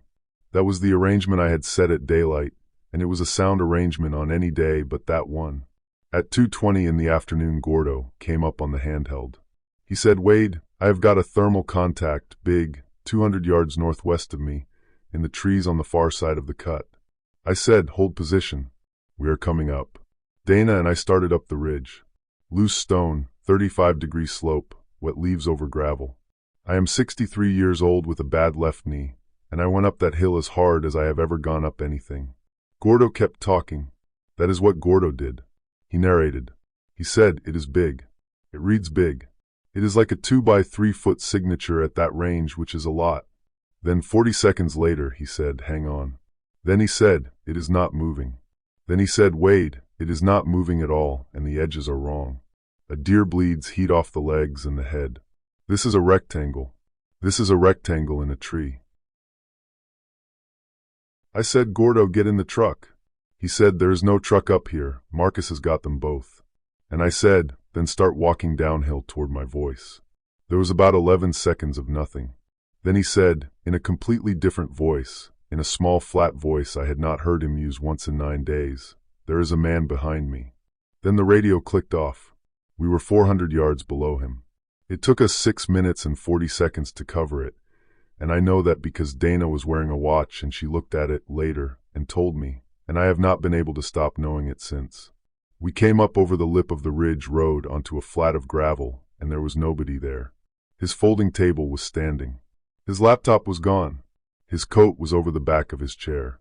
His inhaler was on the table next to a coffee cup that was still warm enough to feel it. The quarry cut dropped 62 feet on the north side to a bench of broken dolomite. He was down there, What we did not understand until we watched the drone footage was that one of them had already been waiting on the quarry bench below. The men on the ridge only had to push Gordo over the edge. The man beneath was in position to stage the wounds before we reached the switchback.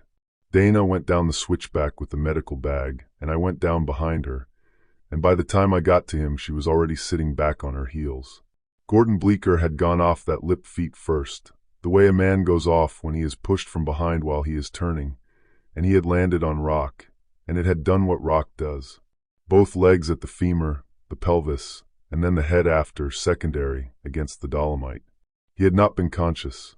Dana was firm about that with me, then and every time since, and I have chosen to believe her. But his heart had been going for some part of a minute, because there was blood soaked into the gravel around him in a volume that only happens with a working heart. And across his chest, over his shirt, were 4 parallel furrows 2 3/4 inches on center and 1.5 inches deep. Through the shirt, not through a torn shirt. The fabric was cut in 4 clean parallel lines with no snagging and no pull, the way cloth cuts when a sharpened edge is drawn through it and not when a claw hooks it. Dana looked at me and her mouth was shaking, and she said, "One of them was waiting down here. They did this before his heart stopped." I said, "We do not know that." She said, "Look at how the blood sits in the furrows, Wade. Look at it." I looked at it. There is a thing that happens to a person at that moment which I do not have good words for. It is not grief, and it is not fear. It is the floor going. Up until that bench of dolomite, I had been a man in a difficult situation solving problems. After it I was something else, and I have been that something else ever since. We found the Kestrel 40 minutes later. It had done exactly what Gordo built it to do. When the controller signal dropped, it climbed, held, waited 2 minutes, and then flew itself back to its takeoff point and landed, and the battery ran down sitting on the gravel with the card still writing. The card was still in it. They took the laptop, and they took the parabolic recorder, and they took his phone, and they missed the aircraft, because it was 200 feet in the air behind them. He built that return-to-home routine himself. He told me about it on the second day, and I did not listen, because he told me about everything. We watched the card that night, on Dana's tablet, with a coat over our heads. The Kestrel had been looking northwest at the thermal contact when Gordo dropped the controller. So the frame is mostly trees. But when the aircraft climbed, it rotated, and for about 1.5 seconds on the way up it swung across the ridge road. There are 2 figures on the road. They are white shapes on a gray background, 90 feet below the camera and moving fast, and one of them is bent over pushing something, and the other has a long object across his back. And in 3 frames, right at the edge, there is a third heat signature at the lip of the cut, which is a man on his knees. And in the trees to the northwest, where Gordo's big contact had been, there is a rectangle, perfectly even, 2 feet by 3, hanging in a tree at about 12 feet. It was a heated panel on a timer. They put it there so he would fly toward it and turn his back on the road. Dana said, "That is 3 people minimum." I said, "That is 3 people we can see." And then she said the thing that changed the shape of the whole rest of my life. She said, "Wade, why the claws?" I said, "What?" She said, "If you want to kill 4 hunters in the woods, you shoot them and you bury them. Why go to the trouble of the tool and the molds and the hair and the speakers? Why make it look like something?" I did not have an answer. She said, "Somebody wants a story." That night Marcus Deal came back with 1 truck instead of 2. He drove the Suburban into our staging point at 9 at night with no headlights, and he got out and stood by the door with his rifle in his hands and did not come to the fire. He said, "Wade, I need you to walk out here to me, and I need Dana to stay where she is." I did it. He said, "The Ford is gone. Not disabled. Gone." I took it up to the pull-out on the county road at 11 this morning with the trailer and the side-by-side behind it, locked it, and walked back for the Suburban. When I brought the Suburban up at 7, the Ford and the trailer and the side-by-side were not there, and there was no glass and no tool marks. I said, "All right." He said, "That is a key. Somebody had a key, which means ridgeline, which means those vehicles were somebody's before they were ours, and everything in them was somebody's, and every pull-out on your route sheet is somebody's." I said, "Yes." Then he said, "And I need to say the next part, and you are not going to like it. Since Charlie died, I have been operating on the assumption that somebody inside this team was helping them. And for most of that time, the person I suspected was you. I said, I know. He said, you knew about the tracks at Hamlin Lake, and you did not say anything for 2 days. I watched you measure. I watched your face. And then I watched you get in a truck and say nothing. I said, that is true. He said, why? And standing in the dark on a gravel pullout in Sheboygan County with 2 of my people in the ground and 1 on a rock, I told Marcus Deal about Peter Lask. I told him about the 11 days and the $200 and the maps with my pencil marks on them and the coordinates of a cedar swamp northeast of Sherman that I had never told anybody. I told him about the coffee can of hair. I told him about the 22 seconds of audio. I told him about 4 hours of me talking in my own kitchen. I told him I had killed 12 of those animals, and that 3 of them had come at me in places I had no business being, and that I had counted those 3 as proof, and that 110 million people had watched a film that used my face to turn my certainty into their certainty. And I told him that when I saw those tracks in the marsh, I did not stay quiet because I suspected Dana. I stayed quiet because if the tracks were false, then I had spent 9 years helping build the lie and 7 years serving as its proof, and I was not ready to admit either one. Marcus listened to all of it without moving. Then he said, all right. I said, that is all you have got. He said, Wade, everybody I have ever worked with was somewhere in the middle of the worst thing they ever did. You're just further along than most. Then he put out his hand, and I took it, and we went to the fire. He was dead less than 3 days later. At first light, he pulled the wheels of the Suburban and went over it, and behind the plastic liner of the left rear, well, he found a magnetic case the size of a deck of cards with a cellular tracker in it and a battery good for 90 days. Dana wanted to smash it. Marcus said no. He drove the Suburban 12 miles south, into a farm lot outside Kewaskum, where a man was loading round bales onto a flatbed for a haul to Iowa, and he stood there and talked to that man about the price of hay for 10 minutes. And when he walked away, the tracker was inside the wrapping of the 3rd bale from the front. Then we drove all night with the lights off wherever we could stand to, south down the moraine, and at 4 in the morning we put the Suburban into a stand of box elder in a fence row south of Eagle in Waukesha County, and cut brush over it and walked away from it, and I never saw it again. That is why we made it as far as we did. Not me. Him. We picked up the resupply cache at a gravel pit near Holy Hill on the way through.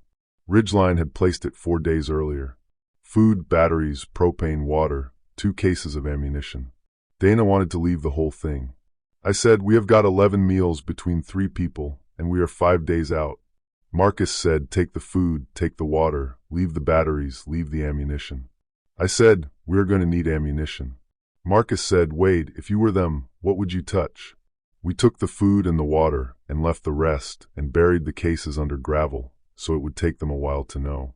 2 days later, I went through my own pack and pulled every loose round I had, because I could not stop hearing him say that, and I laid them out on a folded map and weighed them in my hand, one at a time, the way you do when you are old and you have handled 100,000 cartridges. I had fired 3 rounds in a parking lot in Manitowoc. 41 left. 9 of the 41 were light. I pulled one apart with a pocket knife and pliers. Correct head stamp. Correct bullet. No powder. No primer. Just a cup of gray sealant painted to look like one. They had gotten into my pack. In camp. While we slept. Probably the 6th night. Probably at Hamlin Lake. Probably the same visit where they collected Silas. I sat there with 9 dead cartridges in my lap and understood that these people had been within arm's reach of my sleeping body and had chosen not to touch me, because touching me then would have ruined something they had planned. We walked the 10th and 11th days, southwest out of Waukesha County, into the north end of Walworth, keeping to the ridge lines and the woodlets and the drainage bottoms, staying off the town roads except at night, sleeping in a hunter's blind one night and a drainage culvert the next. Cold. Real cold by then, high 30s in the day and low 20s at night, with sleet on the 10th and an inch and a half of snow on the 11th. 3 people moving that way with a 63-year-old man's knee in the party make about a mile an hour on the good ground, and less on the bad, and Marcus never once said anything about it, and I knew what it was costing us because I was the one costing it. On the second morning of that walk, Dana handed my folding rule back to me across a cold breakfast without saying anything about it, and I put it in the inside pocket of my coat, and I have carried it there ever since. Nothing attacked us in those 2 days. The 2 worst days out there were the 2 days when nothing happened. We had no vehicle, no cash, for days of food stretched over 5, one radio, a satellite phone that had not connected in 70 hours, and every scrap of evidence we owned in a dry bag inside Dana's pack. Twice we cut a set of boot tracks in fresh snow crossing our line, and neither set belonged to any of us. Once, from a ridge above a town road, we watched a black dual-wheel pickup pulling a white cargo trailer go past at 15 miles an hour with a man's arm out the window and a pair of binoculars in his hand. Marcus watched it out of sight and said, "They are not looking for us." I said no. He said, "They are keeping station on us. There is a difference, and I do not like the difference." On the evening of the 11th day, the satellite phone rang. It had not worked in 3 days. It rang and I answered it, and Ruth Amsler's voice said, "Wade, thank God." The handset was satellite at our end, but the account, routing, authentication, and call records belonged to Ridgeline. At the time I thought that meant billing. Later I understood it meant they controlled the door every call passed through. We talked for 4 minutes. She said Bream had been reassigned. She said she had a vehicle and 2 federal officers at a rally point at the Sugar Creek crossing on the south end of the Whitewater Unit, 8 miles southwest of U.S., at first light. She said, "Get to the crossing, get across the creek, and there will be somebody on the far bank." I said, "Ruth, we have a lot to tell you." She said, "I know. Just get to the creek." Dana asked what was wrong with my face when I hung up. I said nothing. I said she sounded tired. Here is what I did not catch until 8 months later, in a conference room in Milwaukee with a forensic audio examiner and a transcript in front of me. Ruth Amsler, in that call, said the sentence, "Get to the crossing, get across the creek, and there will be somebody on the far bank." She had said that identical sentence to me 12 days earlier about a completely different place, a boat landing on the Clam River, with the same intonation, the same slight rasp on the word crossing, and the same quarter-second breath before the word somebody. The splice in my own voice had been a cut and a crossfade.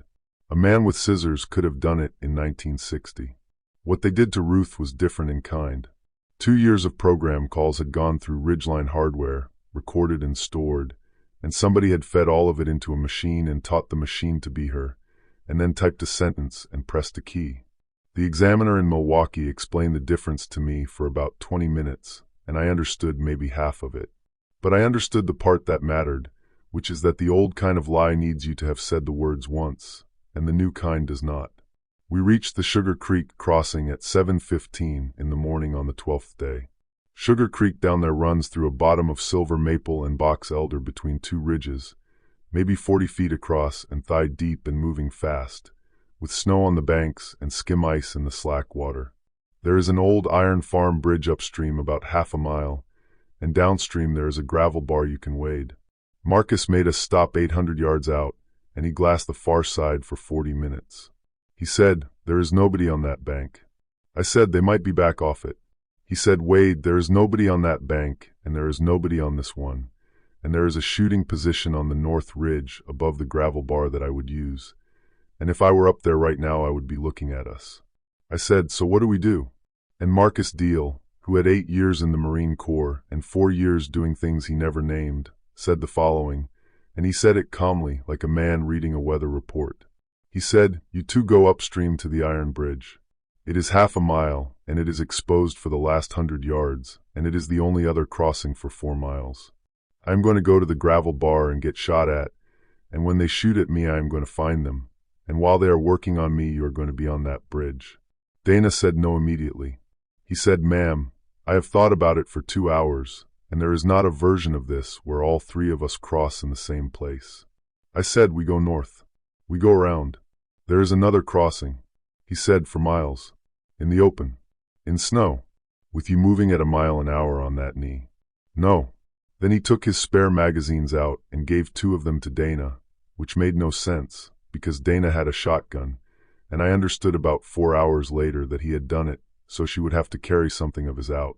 And then he said the last thing he ever said to me, which was, "Wade, when you get out of this, do not let them tell it."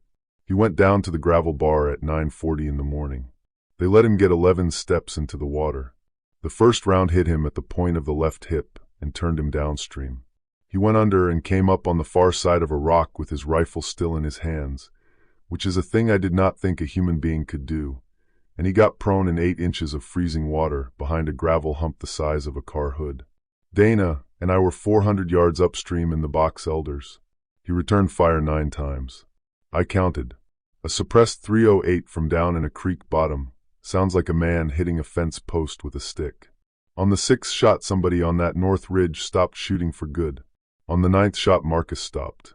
They put 4 more rounds into the gravel around him, and then it went quiet, and then about 90 seconds later, I heard an engine start somewhere north of the ridge and go away west. We got to him at 10:20. He was still alive. The round had gone in at the front of the hip and blown the back of the pelvis out, and it had opened up everything that runs through there. Dana got a tourniquet high on the thigh, knowing while she did it that a tourniquet cannot reach a bleed that high, and packed the wound with every hemostatic she had, and then with a rolled shirt, and worked on him in that creek for 11 minutes. She told me afterward, when I asked her the question I had to ask, that the only reasons he was still talking at all were that he had been lying in 34-degree water for 40 minutes with his own body weight pressed down on the wound, and that he was 34 years old, and in the kind of condition the rest of us were not. She said it the way you say something you have already decided not to keep arguing with yourself about. She said, there was nothing to do. There was nothing in that bag. There is nothing in a trauma bay in Milwaukee. He said, did I get him? I said, you got him. He said, good.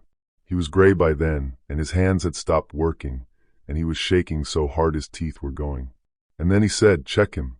Those were the last words. He went out about 2 minutes later with his head on Dana's knee, and his hand on my forearm, and the water going by. We carried him up out of the creek, and put him under a maple, and covered him with his own tarp, and put rocks on the corners.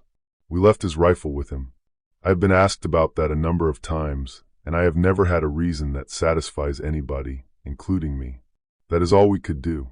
I said his name out loud, and Dana said something quiet that I did not hear, and then we went up the north ridge, because he had told us to. The man was 240 yards up in a limestone outcrop, in a hasty blind of cut cedar, and Marcus had put a bullet through his upper chest at that distance, shooting from prone in moving water with his pelvis in pieces. He was maybe 40, gray beard trimmed short, good boots, a bolt-action rifle in .300 Winchester with a suppressor and a bipod, a wallet with a Georgia driver's license in the name of Simon Duran. He had a handheld radio, encrypted, on a channel we did not have. He had a phone in a waterproof case, and it was still unlocked, because he had been using it when Marcus shot him. And on that phone, in a notes application, open on the screen, was a document. Not a manifesto, not a confession. It was a shot list. It was the kind of document every film crew in the world makes every day. It had a header with a project code and a date and a version number, and it had columns, and the columns said subject, location, method, coverage, and continuity. Under subject, in the 4th row, it said deal, M. Under location, it said sugar CK crossing or bridge. Under method, it said long gun, single, mid-torso preferred, allow water immersion. Under coverage, it said drone high wide plus handheld from north. Under continuity, it said apply 4 post, chest, before transport, match bleaker. And in the 5th row, under subject, it said callback W. I stood on a limestone outcrop in Walworth County, Wisconsin, in the snow, over a dead man, holding a telephone that told me what my own death was scheduled to look like. Dana took the phone out of my hands and photographed the screen with her own camera, and then put the phone in the dry bag with the rest of it. And she did that because she was thinking about a courtroom, and I was not thinking about anything at all. We took Duran's rifle, his sidearm, his radio, his spare batteries, and his food, and we left him where he lay, and I am not going to pretend I felt anything about that. The vehicle that left had gone west on a gravel town road.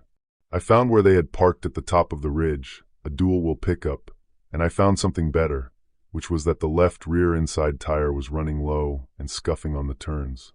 That is my trade. That one thing they could not take from me. A man can fake a footprint, but he cannot fake a tire that is losing air, and for 6 miles that afternoon I walked a gravel road in the snow reading a soft tire like a sentence. It took us the rest of the 12th day and most of the 13th to work our way southwest across Walworth County, 13 miles of it, moving at night on the town roads and lying up in the day. We were down to 4 meals. Dana's left ear had frostnip on it. My knee had swollen so that I had to cut the lace out of my boot. At 6 in the evening on the 13th day, from a fence row of Osage orange along a picked cornfield, we looked down at the place. It was an old dairy, maybe 140 acres, set back a half-mile off the town road on its own lane, with the lane gated and a sign that said the property was under agricultural lease. A bank barn with the roof half gone. A silo. A milk house of poured concrete attached to the low end of the barn. A machine shed with a newer steel roof. A farmhouse with the windows boarded from the inside, which is not how vandals board windows. It was 9 miles northwest of Bray Road, on a rise, with a quarter-mile of open ground on 3 sides and a wooded creek bottom on the 4th. There were 2 vehicles in the machine shed, and one of them was a black dual-wheel pickup, and I lay in that fence row in the snow and glassed the left rear inside tire, and it was flat. There was a 53-foot semi-trailer parked behind the barn with no tractor on it, and a cable running from a diesel generator under a tarp. We went in at 2 in the morning from the creek bottom, and we went in because there was no version of walking away that ended with us anywhere but a ditch in Illinois.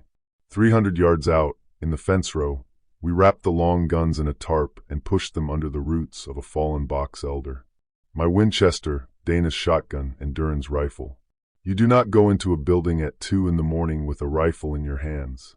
I kept the .44 on my belt, and Dana had Duran's sidearm in her coat pocket, and I have gone back and forth for 6 years about whether leaving those rifles was the right call, and it does not matter, because they were gone before we ever came out.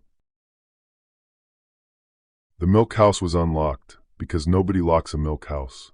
Inside it, on steel shelving in labeled totes, was everything. There were several 4-tine heads in different widths, with sharpening stones and a jig. 2 were curved for raking wounds. 1 was ground flat for what a label described as post-application, and another was narrower, built for smaller bodies. A pair of 30-inch handles and 1 60-inch handle for standing work rested beside them. 6 aluminum poles about 4 feet long with a 14-inch resin foot bolted to the end, cast in a hard urethane, for toes, dewclaw high and back. 3 left, 3 right. There was a pair of harness straps so a person could carry 2 of them and walk on a kind of stilt, taking a 6-foot stride and pressing each foot down with body weight through the pole. I picked one up. There was a hairline crack running off the outside of the heel pad where the mold had failed. I took one of the 4-tine heads off that shelf and wrapped the socket and the dull backs of the tines in a strip of packing cloth, cinching it tight with tape from the workbench until I could hold it without opening my own hand. Then I put it in the outside pocket of my coat. I did it because I wanted a piece of it in my hand in front of a jury, and for no other reason, and I want that understood. 8 inches of ground steel with no handle on it rode against my ribs for the next 3 hours. When Nash Overby searched me in the barnyard, he took the revolver off my belt and the knife off my belt, but he never put a hand inside the coat pocket of a 63-year-old man. He was in a hurry, and a pocket like that is where a man my age keeps gloves. There were 6 of them, because 6 is what fits in the bed of a pickup. There was a laminated card in the tote for those 2, and there was a chest freezer running off the generator. Inside it, in racks, were hundreds of small vials. Hair and glassine. Blood, frozen dark. Tissue and preservative. Every one labeled with a date and a 2-letter code, and the earliest dates were 9 years old, and one series of them said Man-CS-04, and Dana looked at that for a long time and then said quietly Manistee, Cedar Swamp, Site 4. That was my site. That was one of the 4 places I gave a polite man in a green rain shell. On the shelf beside the freezer, there was a hard cooler with a foam insert and 8 empty vial slots, and a clipboard, and on the clipboard was a form with a column for date, a column for location, and a column headed dressing. It went back 13 days. It had the Jack Pine Flat in the Manistee on it. It had the marsh east of Hamlin Lake on it. It had the quarry bench on it. Beside each one, somebody had initialed how many milliliters had been used. Dana stood there with her finger under that column, and she said, "Oh." I said, "What?" She said, "Wade, they have been putting its blood on the ground. At every single one. All the way across 2 states. The blood marks were not the true trail by themselves. The freezer, the juvenile body, and the bulk samples had been moving ahead of us in the same enclosed trailer. Every staged killing was only a place where that moving scent widened, pooled, and held. And I understood, standing in a concrete room at 2:30 in the morning, that for 13 days I had been walking a line that somebody was laying down in front of me, and that I was not the only thing in that country following it. And on the bottom shelf of that freezer, wrapped in heavy plastic and packed with frozen gel packs, there was a body. It was about 31 inches long. It was not a dog. The skull was long and heavy through the jaw with the eyes set forward, and the limbs were long, and the hands, and they were hands, had 4 fingers and a thumb set high and back with a claw on each. There was a hole in the left side of the chest with the plastic taped over it, and the fur around it was matted and stiff. Dana put her hand flat on the top of that freezer and stood there with her head down for about 10 seconds, and then she closed it. She said, "That is a juvenile. Maybe 4 months." I said, "They have had it in a freezer for 9 years." She said, "They have had it in a freezer for 9 years because you cannot get another one." The trailer behind the barn was the production side. 2 edit stations, racks of drives, a color-calibrated monitor, a soundproof booth about the size of a phone box, coffee cups, a whiteboard with a schedule on it, and the schedule had a wrap date on it, and the wrap date was 2 days away. It was, and I want to say this clearly, an ordinary workplace. There were snack wrappers in the trash, and somebody had taped up a photograph of a kid in a soccer uniform. We had maybe 40 minutes. Dana did the computer part, because I do not know computers. Most of what was on those racks would not open for her. There was a whole shelf of drives that wanted a password and a hardware key on a lanyard that was not hanging on its hook, and the finished material had been going out weekly on couriered discs that were long gone. What was open was the working set, the current week, the folder a person keeps unlocked because he is in it 14 hours a day, and it was open because the job was not finished. That is the only reason any of this is known. We did not crack anything. We copied a folder that a tired man had left unlocked because he was coming back to it in the morning. 40 minutes onto 2 portable drives and 3 memory cards, and it was enough to end several careers and not one single life. There were contracts. A services agreement between Northlight Wild's factual production arm and a company called Line Field Services, with payment schedules, and a line item in a budget under second unit and security consulting with a 6-figure number in it.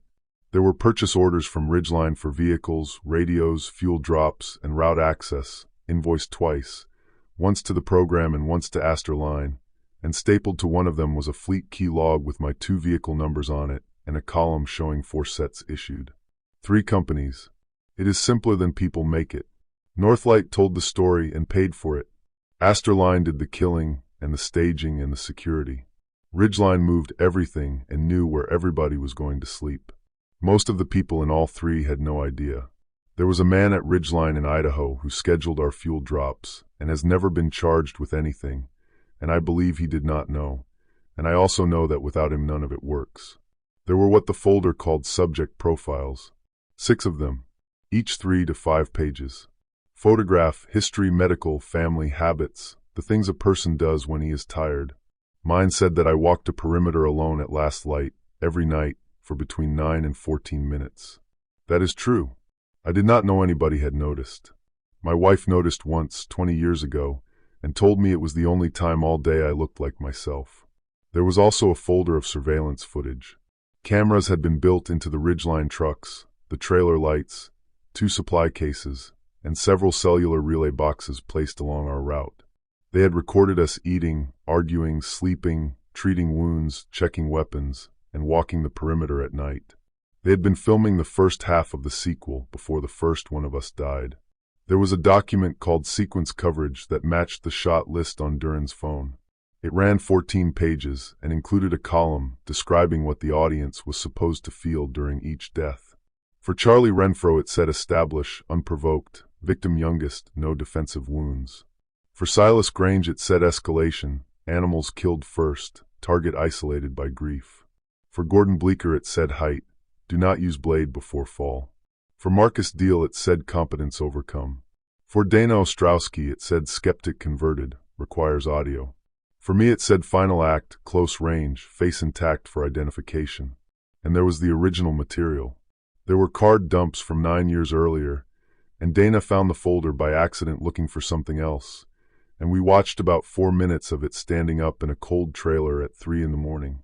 I watched a crew of 7 people in the cedar swamp northeast of Sherman, Michigan, at a place I had marked on a map in my own handwriting, cutting into a nest. That is the word for it. It was a structure.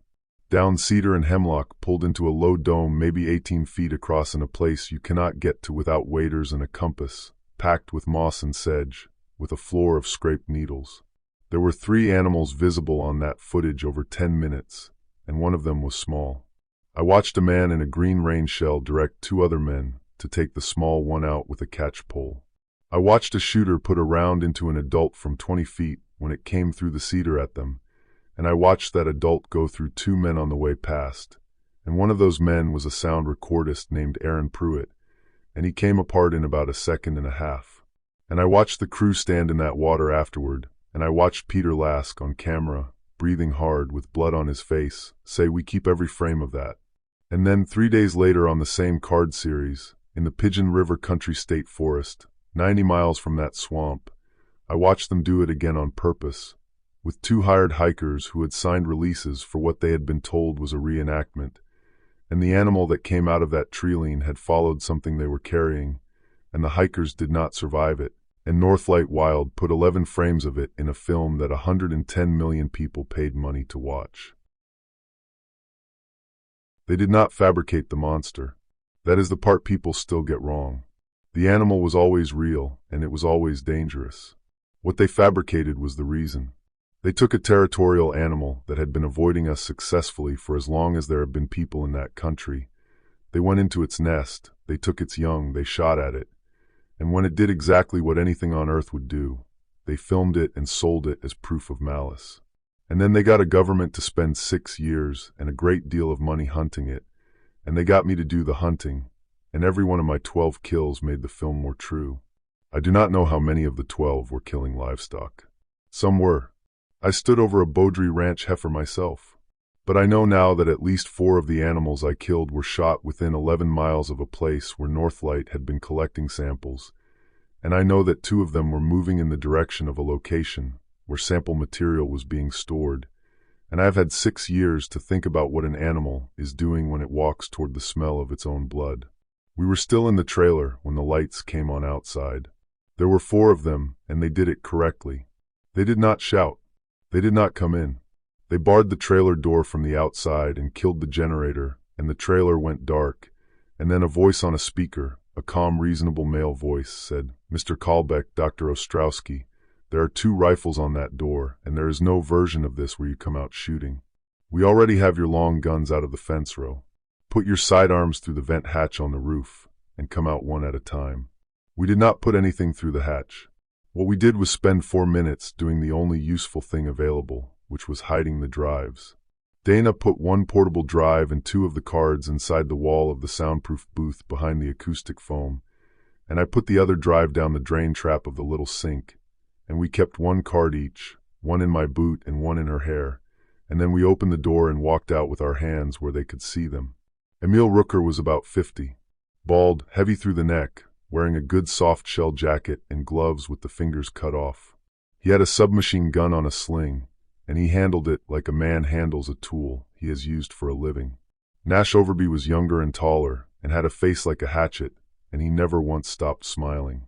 Tobias Gethin was maybe 35, in a puffy coat and glasses, and he was so frightened he could not hold still. He was the sound and effects man. He built the HAL files. He ran the speakers. He had never seen anybody die before Charlie Renfro, and by the 13th day he was coming apart at the seams, and Rooker watched him constantly. And Corinne Vale came out of the farmhouse in a wool coat and boots that had never been anywhere, with a cup of coffee in her hand. She was maybe 55. She had produced Dogman, the predator next door. She had accepted an award for it in London wearing green. She looked at me for a while, and then she said, "I am sorry it went this way." I said, "No, you are not." She said, "No, but I was raised to say it." She did not give a speech. That is what I want people to understand about her. She did not explain herself, and she did not justify anything, and she was not interested in my opinion. She had a schedule. At one point, while Overby was zip-tying my hands, she asked Rooker how much dark they had left and whether the snow was going to hold, and she asked it the way a woman asks about a catering order. Rooker said something to her about the tool, that they should have gone to 2 spacings after the second one, that any coroner with a ruler was going to walk it back. She said no. It has to match the film. He said, it is going to hang us. She said, Emile, an audience that has seen the wounds once and sees a different wound the second time stops watching. Nobody has ever been convicted of a wound pattern. That is the whole conspiracy, right there, in 15 seconds in a farmyard. They were not stupid. They were professional, and their profession has one rule above every other rule, which is that it has to cut together. I asked her why they did not just kill us in the woods on the second day. She said, because a documentary is not footage. It is a story with people in it. Nobody funds a sequel about a dead outfitter in a ditch. They fund a sequel about 6 people walking 450 miles into it, and the thing that took them one at a time, and the last 2 who almost made it. I said almost. She said, you are 9 miles from Bray Road, Mr. Kalbeck. You have been walking toward that road for 2 weeks. That is the ending. It has been the ending since July. Then she said, and honestly, you have been the best thing in it since the beginning. They put us in the barnyard because the barnyard was the set. There was a concrete apron between the barn and the milk house, maybe 40 feet by 60, fenced on 2 sides with old pipe gates, snow over frozen mud. Rooker had 2 lights on stands with diffusion on them, angled low. There was a camera on sticks at the north end, and Overby had a handheld with a thermal side-by-side. My Winchester and Dana's shotgun were leaned against the gate post inside the frame, because we had to have our own weapons with us when we were found. They sat us against the milk house wall, hands zip-tied, ankles zip-tied, and Gethin came around with a garden sprayer. Blood. Out of the freezer. Thawed in a bucket of warm water.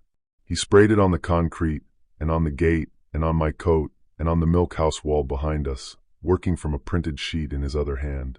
I said to him, son, what do you think happens to you after tonight? He did not answer. His hands were shaking so badly he was overspraying. I said, they have a page for you too. Rooker said, without looking up, Toby, if he talks again, put tape on him. At 4:20 in the morning, they started the sound. Gethin had a cluster of 4-horn speakers on stands at the corners of the barnyard and a subwoofer in the bed of the pickup, and he ran a file. It was not the howl. It was a small sound. High, broken, repeating on about a 2-second cycle, rising at the end of each one. It sounded like a puppy, and it did not sound like a puppy. It went up and out into the dark over 140 acres of snow-covered corn ground at a volume that must have carried 3 miles.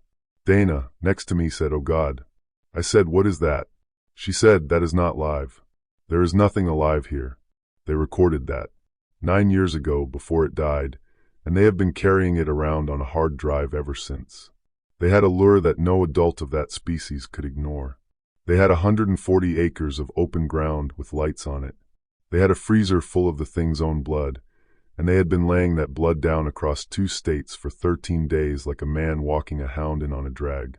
And they had a camera and 2 people tied to a wall. It came in 22 minutes. While we waited, I worked on the zip tie. There was a galvanized bracket bolted to the milk house wall at about the height of my shoulder blades, an old pipe hanger with the pipe long gone, and a broken bolt stub sticking out of it maybe a 1/4 inch, rusted and rough on the sheared face. I got my wrists up behind me and sawed on that stub for 19 minutes in the dark, and I opened the heel of my left hand and the inside of my right wrist doing it, and by the end my hands were slick enough that I could not feel whether I was cutting plastic or myself. The nylon parted about 4 minutes before it came. Dana knew what I was doing. She never looked at me once. She sat there with her chin up and talked to Rooker about nothing, about whether the snow would hold, about how cold the trailer had been, keeping 4 sets of eyes on her face. That woman had been shot at and had carried a dead dog's skull in her pack for 6 days and had watched 3 men die, and she sat in a barnyard covered in another animal's blood and made small talk to buy me 19 minutes. There was no warning. That is what people never believe, and it is the truest part of the whole account. There was no howl. There was no crashing. Overby had a thermal camera in his hands, and he was panning the field with it, and he did not see it. And the reason he did not see it is that it came up the creek bottom in the water, in a foot of 33-degree snowmelt, and it came over the North Pipe Gate from a standstill. That gate is 52 inches high. It cleared it by 3 feet and landed on the concrete apron, without a sound I could separate from the speakers. The first thing that happened was that the camera on the tripod went over. Nash Overby turned toward the noise with the thermal still up at his eye, and the animal took him at the shoulder and took the arm with it. I am going to try to describe this correctly, because there is a version of this story where the creature is a punishment, and that version is a lie. It did not maul him. Mauling is what a bear does. This was closer to what a machine does. It came in low with the shoulders driving. It got a hand into the joint at the top of his arm, and it removed the arm and about a third of his chest wall in one movement without breaking stride, and then it put him into the concrete face first with the other hand as it went past, and the sound his head made on that apron is a sound I still hear. Elapsed time from the gate to that, maybe a second and a quarter. Everything the humans had done to Charlie and Silas and Gordo had been measured. Level. Repeatable. For furrows, same depth, and square, applied by a man standing over a body with a card in his pocket telling him the numbers. This was not measured. Nothing about it lined up with anything. It took what it happened to have hold of, and the rest of him went where physics sent it, and there was no pattern in it at all, and no part of it was for anybody to look at. That is the difference. I had 13 days of one and a second and a quarter of the other, and I will never again fail to know which is which. Rooker did the professional thing, which was to fire. He put probably 15 rounds into it from 30 feet, and I saw at least 4 of them hit, because I saw the hide jump and a spray come off the far side, and it turned its head toward him without any hurry at all, and made a sound I am not going to try to spell. It was not a howl, and it was not a growl. It came out of a chest the size of a beer keg, and it went through the concrete and up into my legs. And then it did the thing that saved us, and that I did not understand for another 2 days. It did not go for Rooker. It went for the milk house. It came straight at the wall Dana and I were sitting against, and it came fast, and I got a hand in Dana's coat and rolled us both flat into the snow and mud at the base of the wall, and it went over us. I felt the air of it. I felt something wet hit the side of my face. It hit the milk house door, which was a steel door in a concrete frame with a padlock hasp on it, and it took the door off in 2 pulls and threw it out into the barnyard, and it went inside, where the freezer was. Rooker was reloading and yelling at Gethin, and Gethin was already running. Toby Gethin got about 60 feet, out past the light stands toward the machine shed, and the animal came back out of that milk house with something long and pale in one hand, and it did not chase him, and it did not hunt him. It went past him on the way to the creek, and took the top of him off the way a man knocks a bottle off a fence with a stick, without turning its head. Then it was gone into the dark, and everything in that barnyard was screaming, and the sound file was still playing the little broken cry on its 2-second loop, and the lights were still on, and the generator was still running, and there were 2 dead men on the concrete. I had the zip tie off my wrists. I got the folding knife off Overby's belt with hands I could not feel and cut Dana's wrists, and then her ankles and my own ankles. The Winchester and the shotgun were on the far side of the apron under the lights, 30 feet past where Rooker was standing up with a fresh magazine in his gun, and we went the other way, over the south gate into the dark on the creek side. Rooker came after us. Of course he did. That was the only correct decision available to him, and he made it inside of a minute, and he made it with night vision on his head and a submachine gun and a pistol and 22 years of doing exactly this, against a 63-year-old man with a folding knife and a veterinarian. Corinne Vale went the other way, toward the machine shed and the pickup.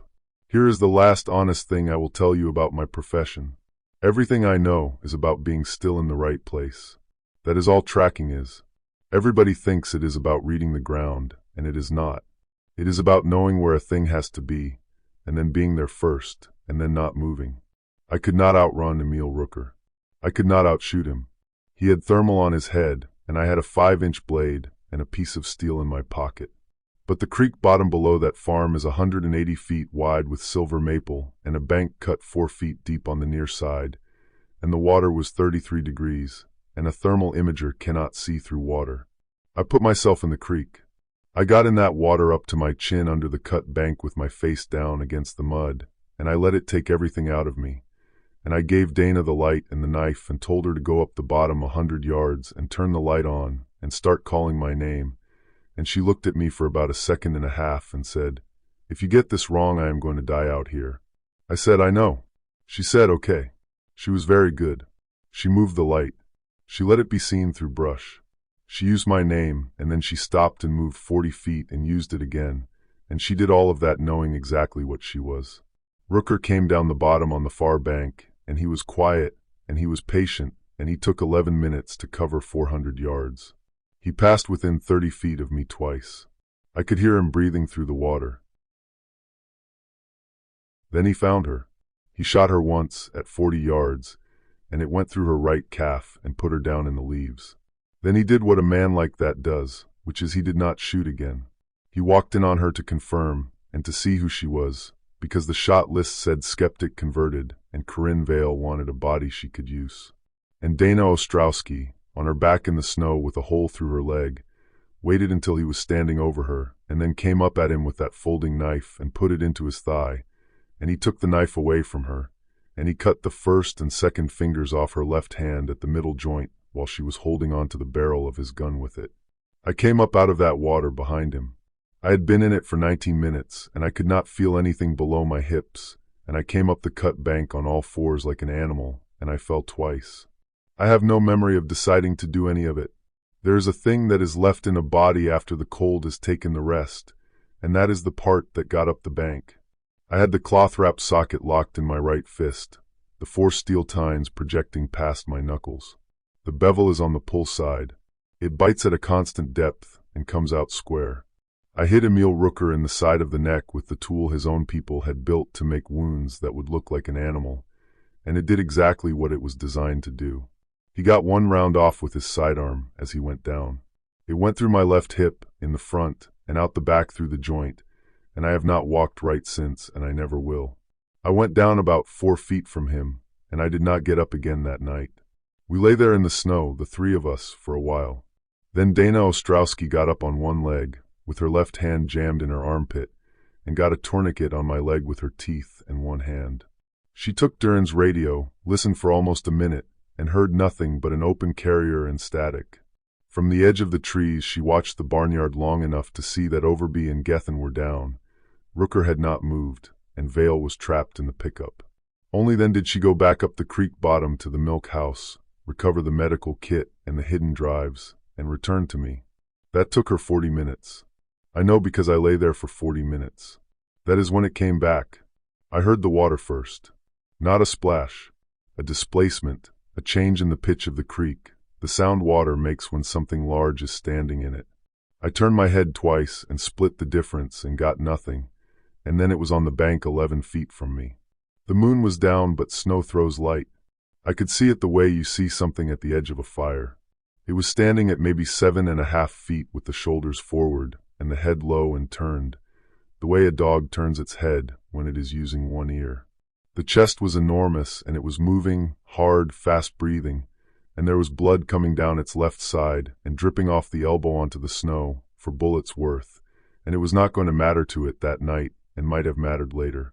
It was carrying the small body from the freezer against its chest with one arm, still in the heavy plastic. Rooker's pistol was in the leaves about a foot from my right hand. I had been looking at it for 40 minutes. I want to tell you that I made a decision. I do not think I did. I think what happened is that a 63-year-old man with a hole through his hip lay in the snow and looked at an animal holding a dead child in a bag, and his hand came off the gun by itself. I pushed it away from me into the leaves. It came in. It came in slowly, which was worse than anything else it could have done. It put its face about 2 feet from mine, and it breathed on me, and the smell filled up the entire world, wet fur and ammonia and old meat and something underneath that is like copper and hot stone.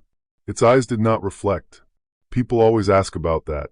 They did not shine. They were flat and dark and set forward, and they moved, and they went from my face to my hands to my face again. It smelled my hands for a long time. Both of them, the cut one and the other. Then it put its nose against the front of my coat, over the pocket where I keep my rule, and it stayed there. I do not know what it found. I have thought about it every day since, and I have a dozen explanations, and not one of them is worth anything. 9 years of my scent on cartridges and rifles and skinning knives. 12 of its kind. Maybe it knew me. Maybe it did not. Maybe I smelled like the creek. Maybe holding what it was holding took up all the room it had. It made a sound once low that I felt in my chest more than heard. Then it stood up and stepped over me and went up the far bank into the timber, and it was gone, and it did not look back, and nothing has ever made me feel smaller. Dana found me 11 minutes later. Corinne Vale was in the machine shed with a broken ankle. She had gone off the edge of the barn ramp in the dark running for the truck, and the truck had a flat inside dual, and she could not get the jack out from under the seat with one leg, and she was sitting in the cab with the dome light on trying to get a bar of signal. I could not stand up. Dana could not carry me and cover her at the same time. Dana took the phone, the keys, and Vale's coat, then found 2 cam straps in the machine shed. She punched them through holes in a sheet of roofing and made a crude shoulder harness so she could pull with her back and right arm instead of gripping the metal. She left Vale in the truck with the doors open, dragged me a little over 200 yards down the lane, and flagged a milk truck when it turned into the property at 6:50 in the morning. She weighed 130 pounds. She had a hole through her calf and 2 fingers gone off her left hand, and she had not eaten in a day and a half.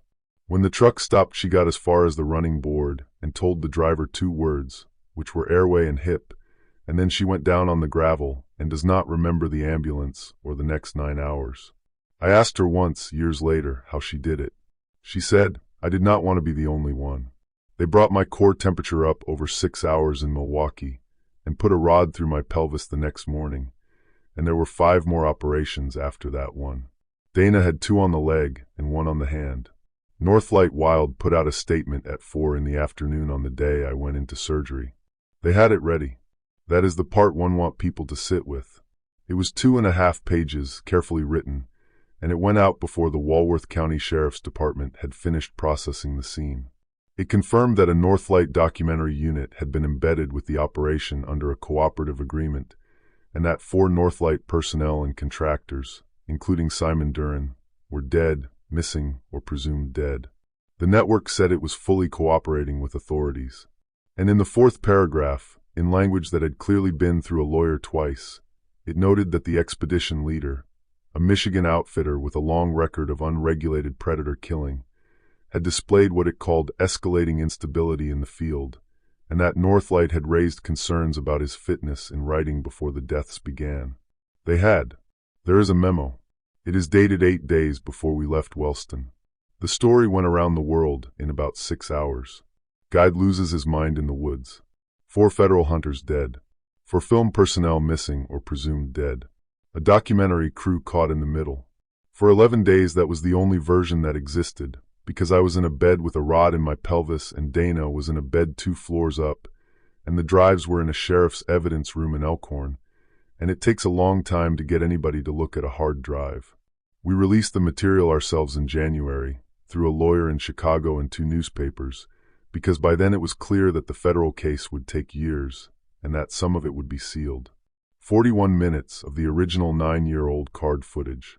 The nesting site, the catch pole, Aaron Pruitt, the Pigeon River hikers, Peter Lask with blood on his face, saying keep every frame, and Northlight Wild said it was generated. That was the entire response. 3 sentences, saying that the material purported to be from their archive was not authentic, that it appeared to be synthetically generated, and that the network had referred the matter to law enforcement as a case of fabricated evidence. I want you to appreciate how good that was, because they were the ones who taught the world what made-up footage looks like. Dogman, the predator next door, had 4 minutes and 11 seconds in it that no camera ever recorded. The reconstruction of the Beaudry attack. The 8 seconds in the fog at the beginning. The final approach. All of it built by hand, and built well, by people who won awards for building it. And in the 4 years after that film came out, the tools got cheap enough that a teenager could do most of it on a laptop. They spent 4 years making the public comfortable with the idea that you can make a monster out of nothing. And when we handed over the truth, all they had to do was point at their own work and say, look what people can do now. Their lawyers did the rest, and their lawyers were not wrong about any single fact. The drives were copies, not originals. We had made them on a machine we did not own, in a trailer full of people who wanted us dead, and then carried them in a wet bag through a creek. The originals were seized 11 hours later by a county department that had never handled anything like it. There is no chain of custody on the first 11 hours of the most important evidence in the case, because during those 11 hours, it was in the hair of a woman being sedated for surgery. 3 forensic laboratories examined the footage. 2 concluded it was camera original, unaltered, consistent with hardware of the era claimed. The third produced a 19-page report concluding that synthetic generation could not be excluded to a scientific certainty. That third report is the one that got quoted. Some of it worked. I want to be fair. The physical evidence could not be argued with the way the video could. The tool, the molds with the cracked heel, the freezer, the dog's skull that Dana sawed off in the dark and carried for 6 days, which matched, exactly, the small round penetrating wound the second autopsy found at the base of Silas Grange's skull, under the hairline, where the stage damage had hidden it. The toxicology on Charlie Renfro that came back 11 days after he died with a veterinary sedative in it, in a concentration that explained a young man with a shell in the chamber and his hand on the grip who never took the safety off. And Renata Sable. She was 26, a junior editor who had spent 2 years cutting that film, and she came forward in March on her own and testified for 11 hours and lost her career doing it. She is the reason anybody believes any of it. Not us. Her. Corinne Vale was indicted on 11 counts. The homicide counts did not survive, because the 2 men who did the killing were dead on the ground, and the third was on a limestone outcrop, and there was nobody left alive who had taken an order from her, and because her attorneys argued, and a judge agreed there was a question, about who exactly had caused 4 deaths on a night when the government's own witness said an animal had come over a gate. She pleaded to obstruction, destruction of records, and a false statement, and she served 26 months at a federal camp in Minnesota. She is out. She consults. Astor Line Field Services dissolved, and its principals reformed as something else in Delaware inside a year. 4 men remain under indictment, and 2 of them are outside the country. Emil Rooker's employment history has never been established, and the man whose thumbprint matched his had died in Kentucky in 2001. Peter Lask has never been charged with anything. The conduct is 9 years old, most of it in Michigan.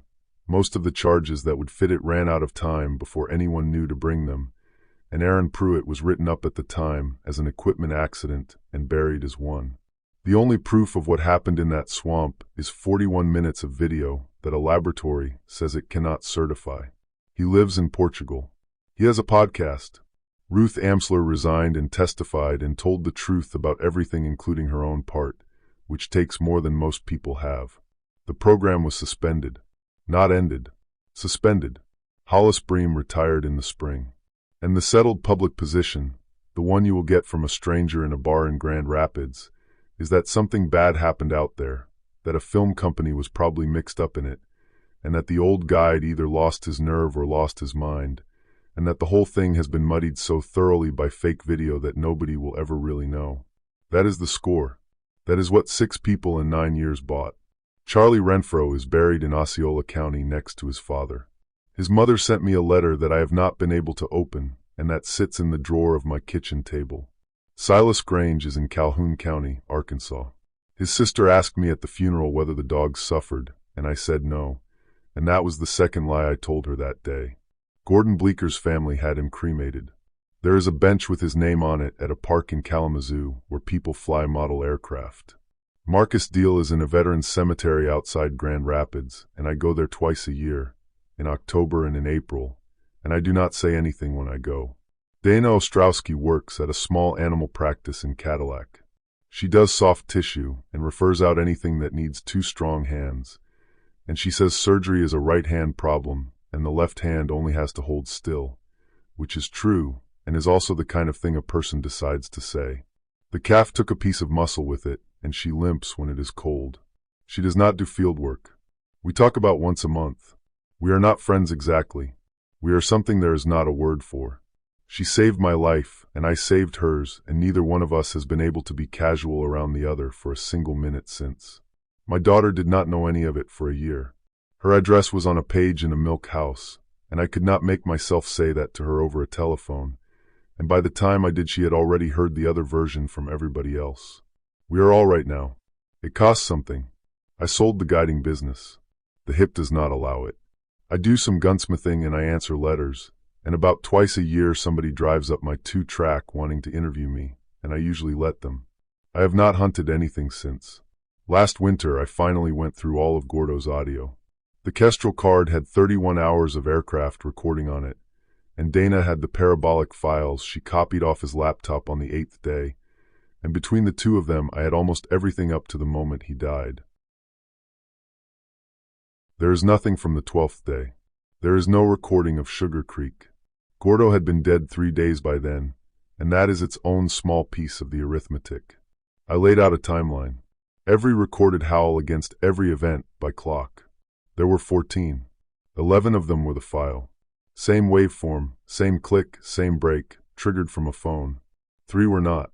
3 were different from each other and different from everything, longer, rougher, with a scrape at the bottom of the register that no speaker on earth reproduces at that distance. One came at 1:06 in the morning on the 4th day, 14 minutes before Charlie Renfro was taken out of that camp. One came at 5:52 in the morning on the 7th day, 23 minutes before Silas Grange walked out with his rifle. One came at 1:51 in the afternoon on the 9th day, 29 minutes before Gordon Bleecker got on the radio and told me there was a rectangle in a tree. And every one of the 3 came in on a bearing that Gordo logged automatically, and every one of those bearings points at ground the killers were later proved to have been standing on. Not one of them came from where the man died. Every one came from the side they were coming in from. I have 3 explanations, and I will give you all of them, because I am done pretending I know things. It was following the people who were carrying its blood and its hair and its dead, and their trail crossed ours, and it was announcing itself in country it considered its own. Or it was moving them. Predators do that. It was pushing them the way a wolf pushes a herd, and where it pushed them was into us. Or it was doing what anything does when it comes over a rise and finds something in its territory that has no business being there, and it said so out loud 3 miles away, in the only voice it has. I heard all 3 of those in real time, standing in the dark with a rifle in my hands, and every single time I turned my head twice and split the difference and thought, there it is. I had decided what the monster was in 1991, in a cedar swamp, with a coffee can in my hand. Everything after that was collection. I live 9 miles from Wellston. In April I put a trail camera on the post by the propane tank, because a bear had been in the shed twice, and because I do not sleep much. I checked it on a Sunday. The camera was on the post where I hung it. The cable lock was still through the loop, and still locked, and the post was not scarred. A bear does not do that. A bear takes the whole thing off the tree, and carries it 40 yards and chews it flat, and you find it in the grass with the paint scraped and the case split at the seam, and there is hair on it, and there is saliva on it. This case was shut. The gasket was seated, but the little strap that holds the door had been lifted out of its keeper and put back down beside it, and inside, the card slot was empty, and the card was not on the ground under the post. There was one gouge in the plastic of the housing, about a 1/4 inch wide and 3 inches long, running down the front. The ground under the propane tank stays soft into May. There was a print in it, 14 inches. 4 toes with the claws well forward, and a 5th digit set high and back. I got down on my bad hip in the mud with a flashlight, and that same folding rule, and I went over that print for 20 minutes, 1 inch at a time, looking for a hairline crack running off the outside edge of the heel pad. There was not one. I have left the camera on the post. I have not put a new card in it. Some nights, at the end of the day, I still walk the fence line out to the far corner of my property and back, and it takes me about 20 minutes now instead of 9, and I go out there without a rifle, and I stand at the corner post where the field goes to timber, and I let the dark get all the way up to me. I do not know why it let me go. I have never known. But I know it knows where I live, and I know it has been in my yard, and I know it took the card and left the camera, and I have decided that of the 2 of us, it is the one that has been paying closer attention.